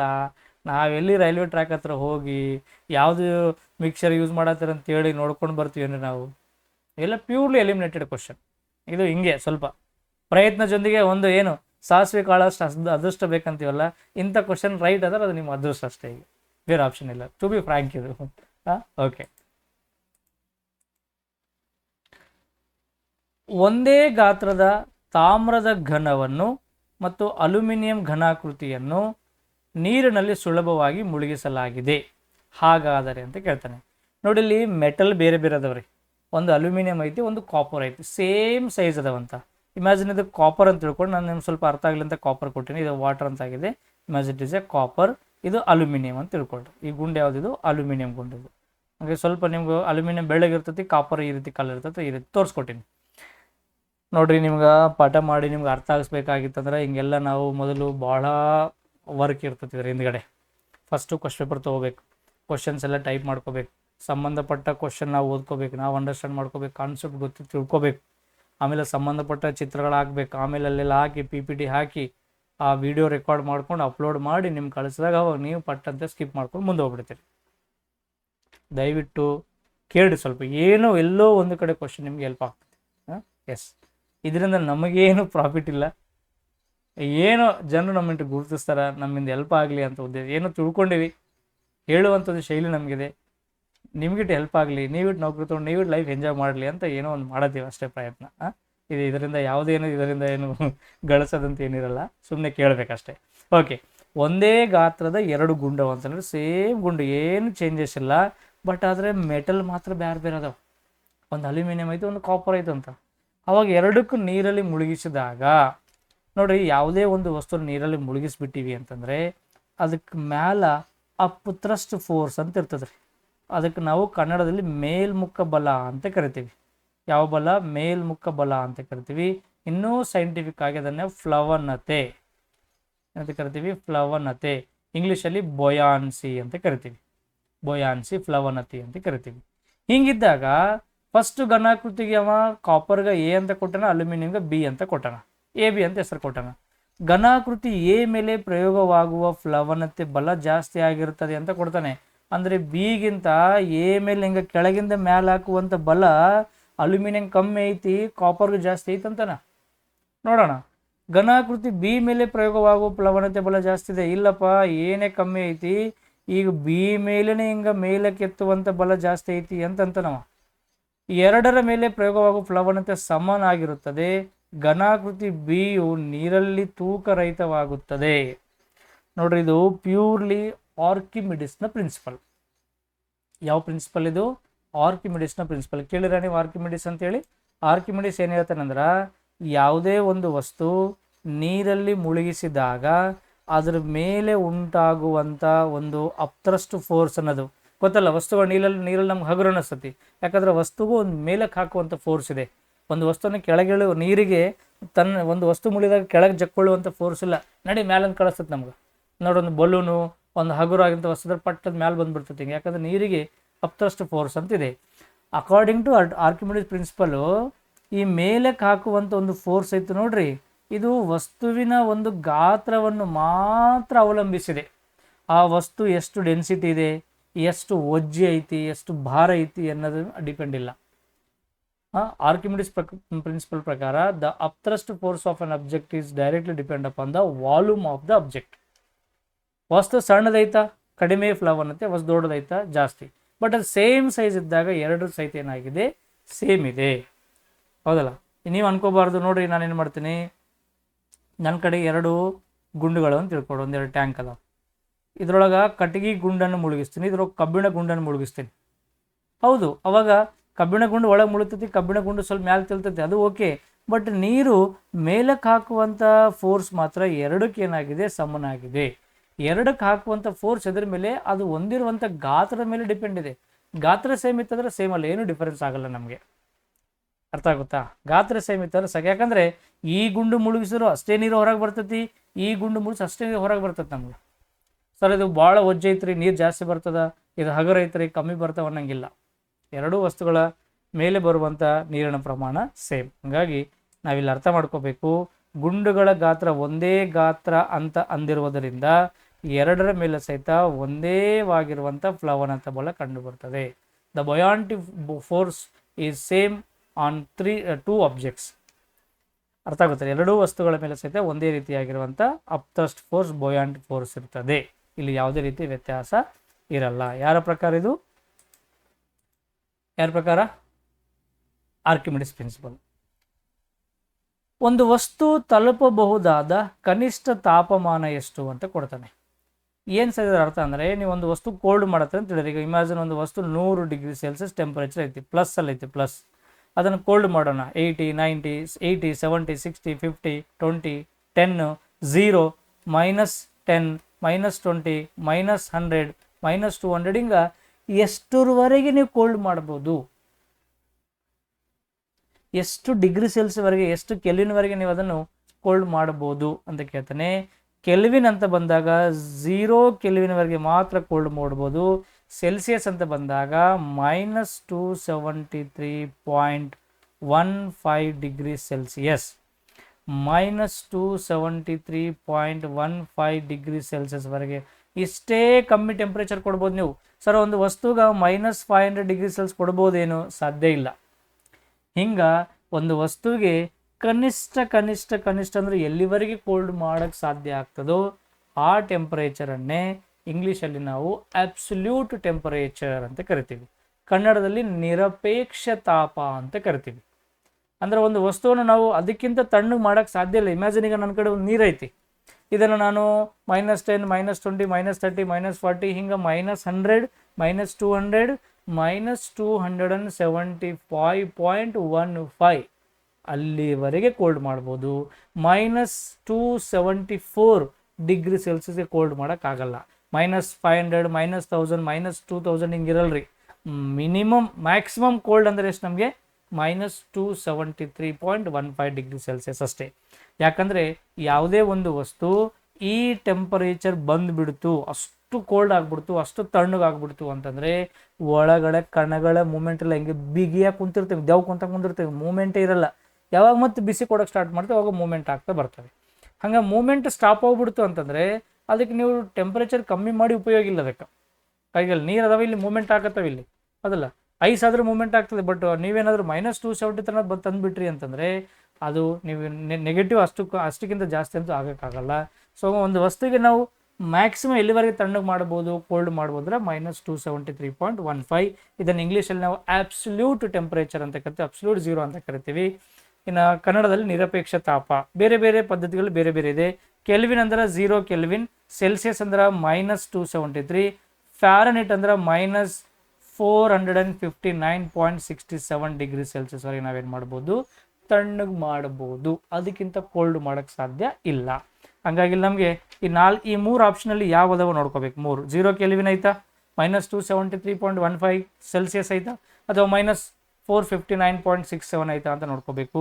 0 ಐತಿ ಇಲ್ಲ, 0 ಯಾವುದಿದೆ, ಸೆಲ್ಸಿಯಸ್ ಇದೆ. ಇನ್ ಕೇಸ್ ಇದೆ ಕೆಲ್ವಿನ್ ಇತ್ತರ ಕರೆಕ್ಟ್ ಆಗ್ತಿತ್ತು, ಕೆಲ್ವಿನ್ ಇಲ್ಲ ನೋಡಿ ಕನ್ಫ್ಯೂಸ್ ಮಾಡಿಬಿಡ್ತೇನೆ. 0 ಕೆಲ್ವಿನ್ ಕರೆಕ್ಟೇ, but the first option is 0 degree Celsius ಅಲ್ಲ. +273 ಇದೆ ಅಲ್ಲ, -20 ಇದೆ ಅಲ್ಲ, -273.15 ಅನ್ನೋದು ಸರಿಯಾಗಿರುವಂಥ ಉತ್ತರ. ನಿರಪೇಕ್ಷ ತಾಪ ಅಬ್ಸಲ್ಯೂಟ್ ಟೆಂಪರೇಚರ್ ಅಂದರೆ ಏನು ಅಂದರೆ ಒಂದು ವಸ್ತುವಿಗೆ ನಾವು ಗರಿಷ್ಠ ಎಷ್ಟುವರೆಗೆ ಕೋಲ್ಡ್ ಮಾಡಬಹುದು, ಅದಕ್ಕಿಂತ ಕೋಲ್ಡ್ ಮಾಡೋಕ್ಕೆ ಸಾಧ್ಯ ಆಗಲ್ಲ. ಅದಕ್ಕೆ ನಾವು ಅಬ್ಸಲ್ಯೂಟ್ ಝೀರೋ ಅಂತ ಕರಿತೀವಿ, ಅಬ್ಸಲ್ಯೂಟ್ ಟೆಂಪರೇಚರ್ ಅಂತ ಕರಿತೀವಿ. ಅರ್ಥ ಆಯ್ತಾ? ಎಸ್. ಬಯೋ ಇಥನಾಲ್ ಉತ್ಪಾದನೆ ಡ್ಯಾಶ್ ಮತ್ತು ಸ್ಟಾರ್ಚ್ ಘಟಕಗಳ ಫರ್ಮೆಂಟೇಷನ್ ಮೂಲಕ ನಡೆಯುತ್ತದೆ ಅಂತಿದೆ. ಗೊತ್ತು ನಿಮಗೆ. ಬಯೋ ಇಥನಾಲ್ ತಯಾರು ಮಾಡಬೇಕಾದ್ರೆ ನಾವು ಸಕ್ಕರೆ ಮೊಲಾಸಿಸ್ ಮಾಡ್ತೀವಿ, ಗೊತ್ತಲ್ಲ. ಕಬ್ಬಿನಿಂದ ಇಥನಾಲ್ ತಯಾರು ಮಾಡ್ತಾ ಇತ್ತೀಚಿನ ದಿನಗಳಲ್ಲಿ ನಮಗೆ ಹಾಲು ಬೇಕಾಗಿಲ್ಲ, ಮದ್ಯ ಬೇಕಾಗಿಲ್ಲ. ಮದ್ಯನೂ ಸಹಿತ ನಾವು ಇದರಿಂದ ತಯಾರು ಮಾಡ್ತೀವಿ, ಬಟ್ ಅದರ ಆಮ್ಲ. ಬಟ್ ಮುಖ್ಯವಾಗಿ ಬೇಕಾಗಿದ್ದು ಸಕ್ಕರೆ. ಸಕ್ಕರೆಯಿಂದನೇ ಮದ್ಯ ತಯಾರು ಮಾಡ್ತೀವಿ. ಬಯೋ ಇಥನಾಲ್ ಹೆಂಗೆ ತಯಾರು ಮಾಡ್ತೀವೋ ಆಲ್ಕೋಹಾಲ್ ಸಹಿತ ಹಂಗೆ ತಯಾರು ಮಾಡ್ತೀವಿ. ಬಟ್ ಎರಡಕ್ಕೆ ಏನು ಬೇಕು ನಮ್ಗೆ? ಸಕ್ಕರೆ ಬೇಕು ಅಂತ ಅರ್ಥ, ಹೌದಲ್ಲ. ಸೊ ಇತ್ತೀಚಿನಲ್ಲ ನೀವು ಕೇಳಿರಲ್ಲ, BS6 ಅಂತ ಬಂದವೆ. ಈಗ BS6 ಇಂಜನ್ಸ್ ಅಂತ ಬಂದವೆ. ಈ BS6 ಇಂಜನ್ಸ್ ಎಲ್ಲ ಸಹಿತ ಈ ಬಯೋ ಇಥನಾಲಿಂದ ನಡೆಯುವಂಥ ಇಂಜನ್ಸ್ ಆಗಿದ್ದಾವೆ. ಅಲ್ಲಿ ನಾವು E10, E5, E20 ಅಂತ ಕೆಲವೊಂದು ಇಂಜನ್ಸ್ ಬಂದ ನಾವೆಲ್ಲ. ಸೊ ಇಥನಾಲ್ ಪರ್ಸೆಂಟೇಜ್ ಅದು. E10 ಅಂದರೆ 20% ಇಥನಾಲ್, 80% ಪೆಟ್ರೋಲ್ ಹಾಕಿ ನಾವು ಇಂಜನನ್ನು ನಡೆಸ್ತೀವಿ. ಸ್ಯಾಟರ್ನಿಸಮ್ ಮತ್ತು ಪ್ಲಂಬಿಸಮ್ಗಳು ಯಾವುದನ್ನು ಸೂಚಿಸುತ್ತವೆ ನೋಡಿ. ಪ್ಲಂಬಿಸಮ್ ಅಂದರೆ ಪ್ಲಂಬಮ್. ಪ್ಲಂಬಮ್. ಲ್ಯಾಟಿನ್ ಭಾಷೆಯಲ್ಲಿ ಪ್ಲಂಬಮ್ ಅಂದ್ರೆ, ಇಂಗ್ಲೀಷಲ್ಲಿ ಅದರ ಹೆಸರು ಲೆಡ್ ಅಂತ ಅರ್ಥ, ಕನ್ನಡದಲ್ಲಿ ಅದರ ಹೆಸರು ಸೀಸಾ ಅನ್ನೋ ಮೀನಿಂಗ್ ಅನ್ನು ಕೊಡ್ತದೆ. ಅದಕ್ಕೆ ನೋಡಿ ಲ್ಯಾಟಿನ್ ಹೆಸರು ಗೊತ್ತಿರಬೇಕು. ಈಗ ಒಂದು ಬಂದಿತ್ತು ಸ್ಟ್ಯಾನಮ್ ಅಂತ ಬಂದಿತ್ತು. ಸ್ಟ್ಯಾನಮ್ ಕನ್ನಡ ಹೆಸರು ತವರ, ಪ್ಲಂಬಮ್ ಕನ್ನಡ ಹೆಸರು ಸೀಸಾ, ಇಂಗ್ಲೀಷ್ ಹೆಸರು ಲ್ಯಾಟಿನ್. ಇಂಗ್ಲೀಷ್ ಸ್ಟ್ಯಾನಮ್, ಇಂಗ್ಲೀಷ್ ಹೆಸರು ಟಿನ್. ನೆನ್ಪಿಟ್ಕೋಬೇಕೆಲ್ಲ. ಸೊ ಪ್ಲಂಬಮ್ ಅಂತ ಬರ್ತಾ ಇದೆ. ಶುದ್ಧ ಗಾಳಿಯ ಉಸಿರಾಟದಿಂದ ಉಂಟಾಗುವ ರೋಗ ಸೀಸದ ಮಾಲಿನ್ಯ. ಪ್ಲಂಬಿಸಮ್, ಸೀಸದ ಮಾಲಿನ್ಯ. ನೋಡಿ ಕೆಲವೊಂದು ಟರ್ಮ್ ಬಂತು, ಒಂದು ಆ ಪದ ಅರ್ಥ ಆಯ್ತು, ನಾವು ಆನ್ಸರನ್ನು ಮಾಡ್ಬೋದು. ಕಬ್ಬಿಣದ ಸೇವನೆಯಿಂದ ಉಂಟಾಗುವಂಥ ಶ್ವಾಸಕೋಶ ಸಂಬಂಧಿ ಪರಿಸರ ಮಾಲಿನ್ಯ ಅಲ್ಲ, ಸೀಸದ ಮಾಲಿನ್ಯ. ಪರಿಸರದಲ್ಲಿ, ನೀರಲ್ಲಿ, ಗಾಳಿಯಲ್ಲಿ ಲೆಡ್ನ ಪೊಲ್ಯೂಷನ್ ಜಾಸ್ತಿ ಆಯ್ತಂದ್ರೆ ಅದಕ್ಕೆ ನಾವು ಪ್ಲಂಬಿಸಮ್ ಅಂತ ನಾವು ಕರಿತೀವಿ. ಕೆಳಗಿನವುಗಳಲ್ಲಿ ಯಾವುದನ್ನು ಶ್ವೇತ ಚಿನ್ನ ಅಂತ ಕರಿತೀವಿ? ಸಣ್ಣ ಮಕ್ಕಳು ಕೇಳುವಂಥ ಕ್ವಶನು. ಹತ್ತಿಯನ್ನೇ ನಾವು ಶ್ವೇತ ಚಿನ್ನ ಅಂತ ಕರಿತೀವಿ. ಬಿಳಿ ಬಂಗಾರ ಯಾವಂದ್ರೆ ಹತ್ತಿ. ಕಮರ್ಷಿಯಲ್ ಆಗಿ ಚಿನ್ನಕ್ಕೆ ಎಷ್ಟು ಬೆಲೆ ಆಯಿತೋ ನಮಗೆ ಹತ್ತಿಗೂ ಸಹಿತ ಎಕನಾಮಿಕ್ ಆಗಿ ಅಷ್ಟೇ ಬೆಲೆ ಇರೋದ್ರಿಂದ ಬಿಳಿ ರೂಪದ ಚಿನ್ನ ಅಂತ ನಾವು ಕರಿತೀವಿ. ದ್ರವ ರೂಪದ ಚಿನ್ನ ಯಾವುದು? ಪೆಟ್ರೋಲಿಯಂ. ಬಿಳಿ ರೂಪದ ಚಿನ್ನ ಯಾವುದು? ಹತ್ತಿ. ಹತ್ತಿಯನ್ನು ನಾವು ಬಿಳಿ ರೂಪದ ಚಿನ್ನ ಅಂತ ಕರಿತೀವಿ. ಸೈಂಟಿಫಿಕಲಿ ಹತ್ತಿಯಲ್ಲಿ ಯಾವ ಅಂಶ ಇರ್ತಂದ್ರೆ ಸೆಲ್ಯುಲೋಸ್ ಇರ್ತದೆ ನೋಡ್ರಿ. ಸೆಲ್ಯುಲೋಸ್. ಸೆಲ್ಯುಲೋಸ್ ಎಂತಂದ್ರೆ ಒಂದು ಬಹುಶರ್ಕರ. ಎಂತ ಶರ್ಕರ? ಬಹುಶರ್ಕರ. ಪಾಲಿಸ್ಯಾಕರೈಡ್ ಅಂತ ಕರಿತೀವಿ. ಪಾಲಿಸ್ಯಾಕರೈಡ್. ಇನ್ನು ವಜ್ರ, ಸಕ್ಕರೆ ಮತ್ತು ಲಿಥಿಯಂ ಅಲ್ಲ. ನಾವಿದನ್ನು ಶ್ವೇತ ಚಿನ್ನ ಅಂದ್ರೆ ಹತ್ತಿ ಅಂತ ನಾವು ಕರಿತೀವಿ. ವೆರಿ ಇಂಪಾರ್ಟೆಂಟ್ ಕ್ವಶನ್, ಬಹಳ ಸಲ ರಿಪೀಟ್ ಆಗ್ತಾ ಬರ್ತಾ ಇತ್ತೀಚಿನ ದಿನಗಳಲ್ಲಿ. ಸಾಗರದ ನೀರಿನಲ್ಲಿ ಕಂಡುಬರುವ ಲವಣಾಂಶಗಳ ಇಳಿಕೆ ಕ್ರಮದಲ್ಲಿ ಬರೆಯಿರಿ ಅಂತ ಕೇಳ್ತಾನೆ. ಒಂದು ಸಮುದ್ರ ಸಾಗರದಲ್ಲಿ ಲವಣಾಂಶಗಳು ಎಷ್ಟೆಷ್ಟು ಅದಾವೆ ಮತ್ತು ಎಷ್ಟೆಷ್ಟು ಪರ್ಸೆಂಟೇಜ್ ಅದಾವೆ ಅನ್ನೋದನ್ನ ನಮ್ಗೆ ಇಲ್ಲಿ ಕೇಳ್ತಾ ಇದ್ದಾನೆ. ಅದನ್ನು ಇಳಿಕೆ ಕ್ರಮದಾಗ ಬರೀರಿ ಅಂತ. ಒಯ್ಕೊಳ್ಳೋದು ಬಿಟ್ರೆ ಏನಿಲ್ಲ ನಮ್ಗಲ್ಲ ಎಕ್ಸಾಮ್ದಾಗ. ಯಾವನು ಗೊತ್ತು, ಸಮುದ್ರ ಇಳಿದು ನೋಡಿದೇವೆ ನಾವು ಯಾರ್ಯಾರು ಇರ್ತಾವೆ ಅಂತೇಳಿ. ಆದರೂ ಈ ಟಾಪಿಕ್ ನಾನು ಕೆಮಿಸ್ಟ್ರಿಯ ನೀರು, ವಾಟರ್ ಅನ್ನೋ ಒಂದು ಟಾಪಿಕಲ್ಲಿ ನಾನು ಕವರ್ ಮಾಡಿಕೊಟ್ಟಿನಿ. ನೀರಿನ ಗಡಸುತನ ಅಂತ ಒಂದು ಒಳ್ಳೆ ಕಾನ್ಸೆಪ್ಟ್ ಇದೆ. ನೀರಿನ ಗಡಸುತನಕ್ಕೆ ಕಾರಣವಾಗಿರುವಂಥ ಕೆಮಿಕಲ್ಸೇ ಇವೆಲ್ಲ. ಯಾವ್ದು ಎಷ್ಟು ಪರ್ಸೆಂಟೇಜು, ಗಡಸುತನ ಅಂದರೆ ಏನು, ಅದು ಯಾವ ನೀರು ಹೆಂಗಿರ್ತತಿ, ನೀರಿನ ಇಂಪಾರ್ಟೆನ್ಸ್ ಏನು, ಹೆಂಗೆ ರಿಮೂವ್ ಮಾಡ್ತೀವಿ, ವಾಟರ್ ಪ್ಯೂರಿಫಿಕೇಷನ್ ಬಳಸುವಂಥ ಕೆಮಿಕಲ್ಸ್ ಯಾವುದು, ಪ್ರತಿ ಒಂದನ್ನು ಸಹಿತ ನಾನು SB ಸೈನ್ಸ್ ಅಡ್ಡ ಎಂಬ ಆ್ಯಪ್ ಮುಖಾಂತರ ನಿಮ್ಮ ಮುಂದೆ ಬಂದಿದ್ದೀನಿ. ಒಳ್ಳೊಳ್ಳೆ ಕ್ಲಾಸಸ್ ಅದಾವೆ. ಸುಮಾರು 200 ಗಂಟೆಗಳಿಗಿಂತ 200 ಕಾನ್ಸೆಪ್ಟ್ಗಳಿಂದ ಜಾಸ್ತಿ ಕಾನ್ಸೆಪ್ಟನ್ನು ರೆಕಾರ್ಡೆಡ್ ವೀಡಿಯೋಸ್ ನೀವು ನೋಡ್ಬೋದು ಆರಾಮಾಗಿ. ಟೈಮ್ ಸಿಕ್ಕಾಗ ಡಿಸ್ಕ್ರಿಪ್ಷನಲ್ಲಿ ನಾನು ಆ್ಯಪ್ ಲಿಂಕ್ ಕೊಟ್ಟಿದ್ದೀನಿ. ಒಂದ್ಸಲ ಲಿಂಕ್ ನೀವು ನೋಡಿಕೊಂಡು ಡೌನ್ಲೋಡ್ ಮಾಡಿಕೊಂಡು ಯೂಸ್ ಮಾಡ್ಕೊಳ್ಳಿ. ನೋಡಿರಿ ಇದ್ರೊಳಗೆ ಏನೇನು ಇರ್ತವೆ ಅಂದರೆ, ಫಸ್ಟ್ ಆಫ್ ಆಲ್ ನಾನೊಂದು ಚಾರ್ಟ್ ಕೊಟ್ಟಿನಿ. ಈ ಚಾರ್ಟ್ ಪ್ರಕಾರ ನೀವು ಆನ್ಸರ್ ಮಾಡ್ಬೋದು ಈಸಿಯಾಗಿ. ಸೊ ನೀರಲ್ಲಿ ಏನೇನು ಇರ್ತವೆ ಅಂತಂದರೆ, ಸಮುದ್ರದ ನೀರಲ್ಲಿ ಇಲ್ಲಿ ಸಾಗರ, ಸಮುದ್ರ ಅಂತ ಕೊಡ್ತಾನೆ. ಸೋಡಿಯಂ ಕ್ಲೋರೈಡ್ ಜಾಸ್ತಿ ಇದೆ ನೋಡ್ರಿ. ಅರೌಂಡ್ 77.7% ಸೋಡಿಯಂ ಇದೆ, ಹೈಯೆಸ್ಟ್ ಇರೋದು ಇದು. ಅಂದ್ರೆ ನಮಗೆ ಇಳಿಕೆ ಪ್ರಮಾಣದಲ್ಲಿ ಬರೀರಿ ಅಂದ್ರೆ ಫಸ್ಟ್ ನಾವು ಎಲ್ಲಿಂದ ಶುರು ಮಾಡ್ಬೇಕೀಗ? ಸೋಡಿಯಂ. ಯಾಕಂದ್ರೆ ಹೈಯೆಸ್ಟ್ ಇಂದ ಲೋಯೆಸ್ಟ್ ಹೋಗ್ಬೇಕು ನಾವು. ಲೋ ಲೋ ಲೋ ಲೋ ಹೋಗ್ಬೇಕು, ಹೌದಲ್ಲ. ಸೆಕೆಂಡ್ ಯಾವುದು? Magnesium chloride, magnesium sulphate, calcium sulphate, potassium sulphate, calcium carbonate ಮತ್ತು ಅದರ್ ಬೇರೆ ಬೇರೆ ಅದಾವೆ. ಸೊ ಇಲ್ಲಿ ಹೈಯೆಸ್ಟ್ ಅದು ನಮಗೆ ಸೋಡಿಯಂ ಕ್ಲೋರೈಡ್. ಫಸ್ಟ್ ಪ್ಲೇಸಲ್ಲಿ ಸೋಡಿಯಂ ಕ್ಲೋರೈಡ್ ಯಾವುದು ಅಂತ ನೋಡ್ಕೊಳ್ಳಿ. ಕ್ಯಾಲ್ಸಿಯಂ ಸಲ್ಫೇಟ್ ಫಸ್ಟ್ ಇದೆ ಅಲ್ಲ, ಕ್ಯಾಲ್ಸಿಯಂ ಸಲ್ಫೇಟ್ ಇದೆ ಅಲ್ಲ, ಸೋಡಿಯಂ ಕ್ಲೋರೈಡ್ ಮುಗೀತು. 50-50 ಹೋಗ್ಬಿಡ್ತು. ಇವೆರಡಲ್ಲಿ ನಮಗೆ ಆನ್ಸರ್ ಇದೆ. ಸೆಕೆಂಡ್ ಯಾವುದು ಮ್ಯಾಗ್ನೀಷಿಯಂ ಕ್ಲೋರೈಡ್ ಅರೌಂಡ್ 11% ಇದೆ. 10.9 ಅಂದರೆ ಸೆಕೆಂಡ್ ನಮಗೆ ಮ್ಯಾಗ್ನೀಷಿಯಂ ಕ್ಲೋರೈಡ್ ಬರಬೇಕು. ಇದು ಸೋಡಿಯಂ ಆದಮೇಲೆ ಇಲ್ಲಿ ಕ್ಯಾಲ್ಸಿಯಂ ಕಾರ್ಬನೇಟ್ ಬಂತು, ಮ್ಯಾಗ್ನೀಷಿಯಂ ಕ್ಲೋರೈಡ್. ಮುಗೀತು ನಿಮ್ಮ ಆನ್ಸರ್ 4. ಇನ್ನೇನು ಬೇರೆ ಚೆಕ್ ಮಾಡೋಕ್ಕೆ ಬೇಕಾಗಿಲ್ಲ ನೀವು, ಬಟ್ ಆದ್ರೂ ಗೊತ್ತಿರಲಿ. Third one calcium sulphate. Next one ಯಾವುದಿದೆ? ಕ್ಯಾಲ್ಸಿಯಂ ಸಲ್ಫೇಟ್ ಇದೆ. ಆ್ಯಕ್ಚುಲಿ ಮ್ಯಾಗ್ನೀಷಿಯಂ ಸಲ್ಫೇಟ್ ಇರಬೇಕಾಗಿತ್ತು, ಬಟ್ ಇಲ್ಲಿ ಇವೆರಡರಲ್ಲಿ ಸಹಿತ ಮ್ಯಾಗ್ನೀಷಿಯಂ ಆಪ್ಷನ್ ಇಲ್ಲ, ಸೊ ಬಿಟ್ಬಿಡೋಣ. ಫೋರ್ತ್ ಒನ್ ಕೊಡ್ತಾನೆ ಕ್ಯಾಲ್ಸಿಯಂ ಸಲ್ಫೇಟ್ ಅಂತ ಕೊಡ್ತಾನೆ, ಹೌದು. ನೆಕ್ಸ್ಟು ಕ್ಯಾಲ್ಸಿಯಂ ಕಾರ್ಬೋನೇಟ್, ಹೌದು. ಇವೆರಡು ಇವೆಂಗಂದ್ರೆ ಇಳಿಕೆ ಕ್ರಮದಲ್ಲಿರುವಂಥ ಸಾಗರದಲ್ಲಿ ಕರಗಿರುವಂಥ ಲವಣಗಳ ಒಂದು ಪ್ರಮಾಣ. ಇವೆಲ್ಲ ಬರ್ಕೊಳ್ರಿ, ಅಪ್ಕಮಿಂಗ್ ಎಕ್ಸಾಮ್ದಲ್ಲಿ ಸಹಿತ ನಿಮಗೆ ತುಂಬ ಹೆಲ್ಪ್ ಆಗುವಂಥ ಸಾಧ್ಯತೆಗಳು ಜಾಸ್ತಿ ಇರ್ತವೆ. ಎಸ್, ಇಷ್ಟು 2000 ಯಾವ ಎಕ್ಸಾಮ್ ಇದು? SDA 2025 KA ಡಿಪಾರ್ಟ್ಮೆಂಟ್ ನಡೆಸಿರುವಂಥ ಎಕ್ಸಾಮ್ದಲ್ಲಿ ನೋಡು ಮುತ್ತಿನಂಥ ಕ್ವಶನ್ಸ್ ಇದು, ಒಳ್ಳೊಳ್ಳೆ ಕಾನ್ಸೆಪ್ಟ್ ಬೇಸ್ಡ್ ಆಗಿಂಥ ಕ್ವಶನ್ಸ್ ಇದು. ಬಟ್ ಕಾಂಪಿಟೇಟರ್ಸ್ ಆಗಿ ನಿಮಗೆ ಸ್ವಲ್ಪ ಕಷ್ಟ ಆಗೇ ಆಗ್ತದೆ, ಸೈನ್ಸನ್ನು ತಿಳ್ಕೊಳ್ಳೋಕೆ ಸ್ವಲ್ಪ ಇದಾಗ್ತದೆ. ಹಂಗೆ ಸಾಮಾನ್ಯವಾಗಿ ಕನ್ನಡ ಮೀಡಿಯಂ ಓದಿರುವಂಥ ವಿದ್ಯಾರ್ಥಿಗಳಿಗೆ ಲೋಕಲ್ ಲ್ಯಾಂಗ್ವೇಜಲ್ಲಿ ಕನ್ನಡ ಮತ್ತು ಇಂಗ್ಲೀಷ್ ಬೈಲಿಂಗ್ವಲನ್ನು ಯೂಸ್ ಮಾಡಿಕೊಂಡು ಸುಮಾರು ಕ್ಲಾಸಸನ್ನು ಮಾಡಿಕೊಟ್ಟಿರುವಂಥ ನಿಮಗೆಲ್ಲ ತಿಳ್ಕೊಳ್ಳೋಕ್ಕಂಥ ಅವಕಾಶ ಇದೆ. SB ಸೈನ್ಸ್ ಅಡ್ಡ ಅಂತ ಆ್ಯಪ್ ಮುಖಾಂತರ ಹೋಗಿ ನೀವೆಲ್ಲ ಕ್ಲಾಸಸನ್ನು ಕ್ಲಿಯರಾಗಿ ಕೇಳ್ಬೋದು. So thank you for watching. Classes ನಿಮಗೆ ಲೈಕ್ ಆದಲ್ಲಿ, ಕಂಟೆಂಟ್ ಚೆನ್ನಾಗಿದೆ, ಎಕ್ಸ್ಪ್ರೆಷನ್ ಚೆನ್ನಾಗಿದೆ, ಕೊಟ್ಟಿರುವಂಥ ಮಾಹಿತಿ ನಮಗೆ ಅಪ್ಕಮಿಂಗ್ ಎಕ್ಸಾಮ್ಗೆ ಉಪಯುಕ್ತ ಆಗ್ತದೆ ಅಂತ ನಿಮ್ಗೆ ಅನಿಸಿದಾಗ ಮಾತ್ರ ನೀವು ನೋಡಿ ಮತ್ತು ನಿಮ್ಮ ಸ್ನೇಹಿತರೊಂದಿಗೆ SB ಸೈನ್ಸ್ ಅಡ್ಡ ಯೂಟ್ಯೂಬ್ ಚಾನಲನ್ನು ಸಬ್ಸ್ಕ್ರೈಬ್ ಮಾಡ್ಕೊಳ್ಳೋಕೆ ಹೇಳಿ, ಮತ್ತು ನೀವು ಇದರ ಉಪಯೋಗವನ್ನು ಪಡ್ಕೊಂಡ್ಬಿಡಿ. ಮತ್ತು ಮುಂದಿನ ದಿನಗಳಲ್ಲಿ ನಾನು ಮತ್ತೆ ಬೇರೊಂದು ಪೇಪರೊಂದಿಗೆ ನಿಮ್ಮ ಮುಂದೆ ಬರ್ತೀನಿ. Thank you.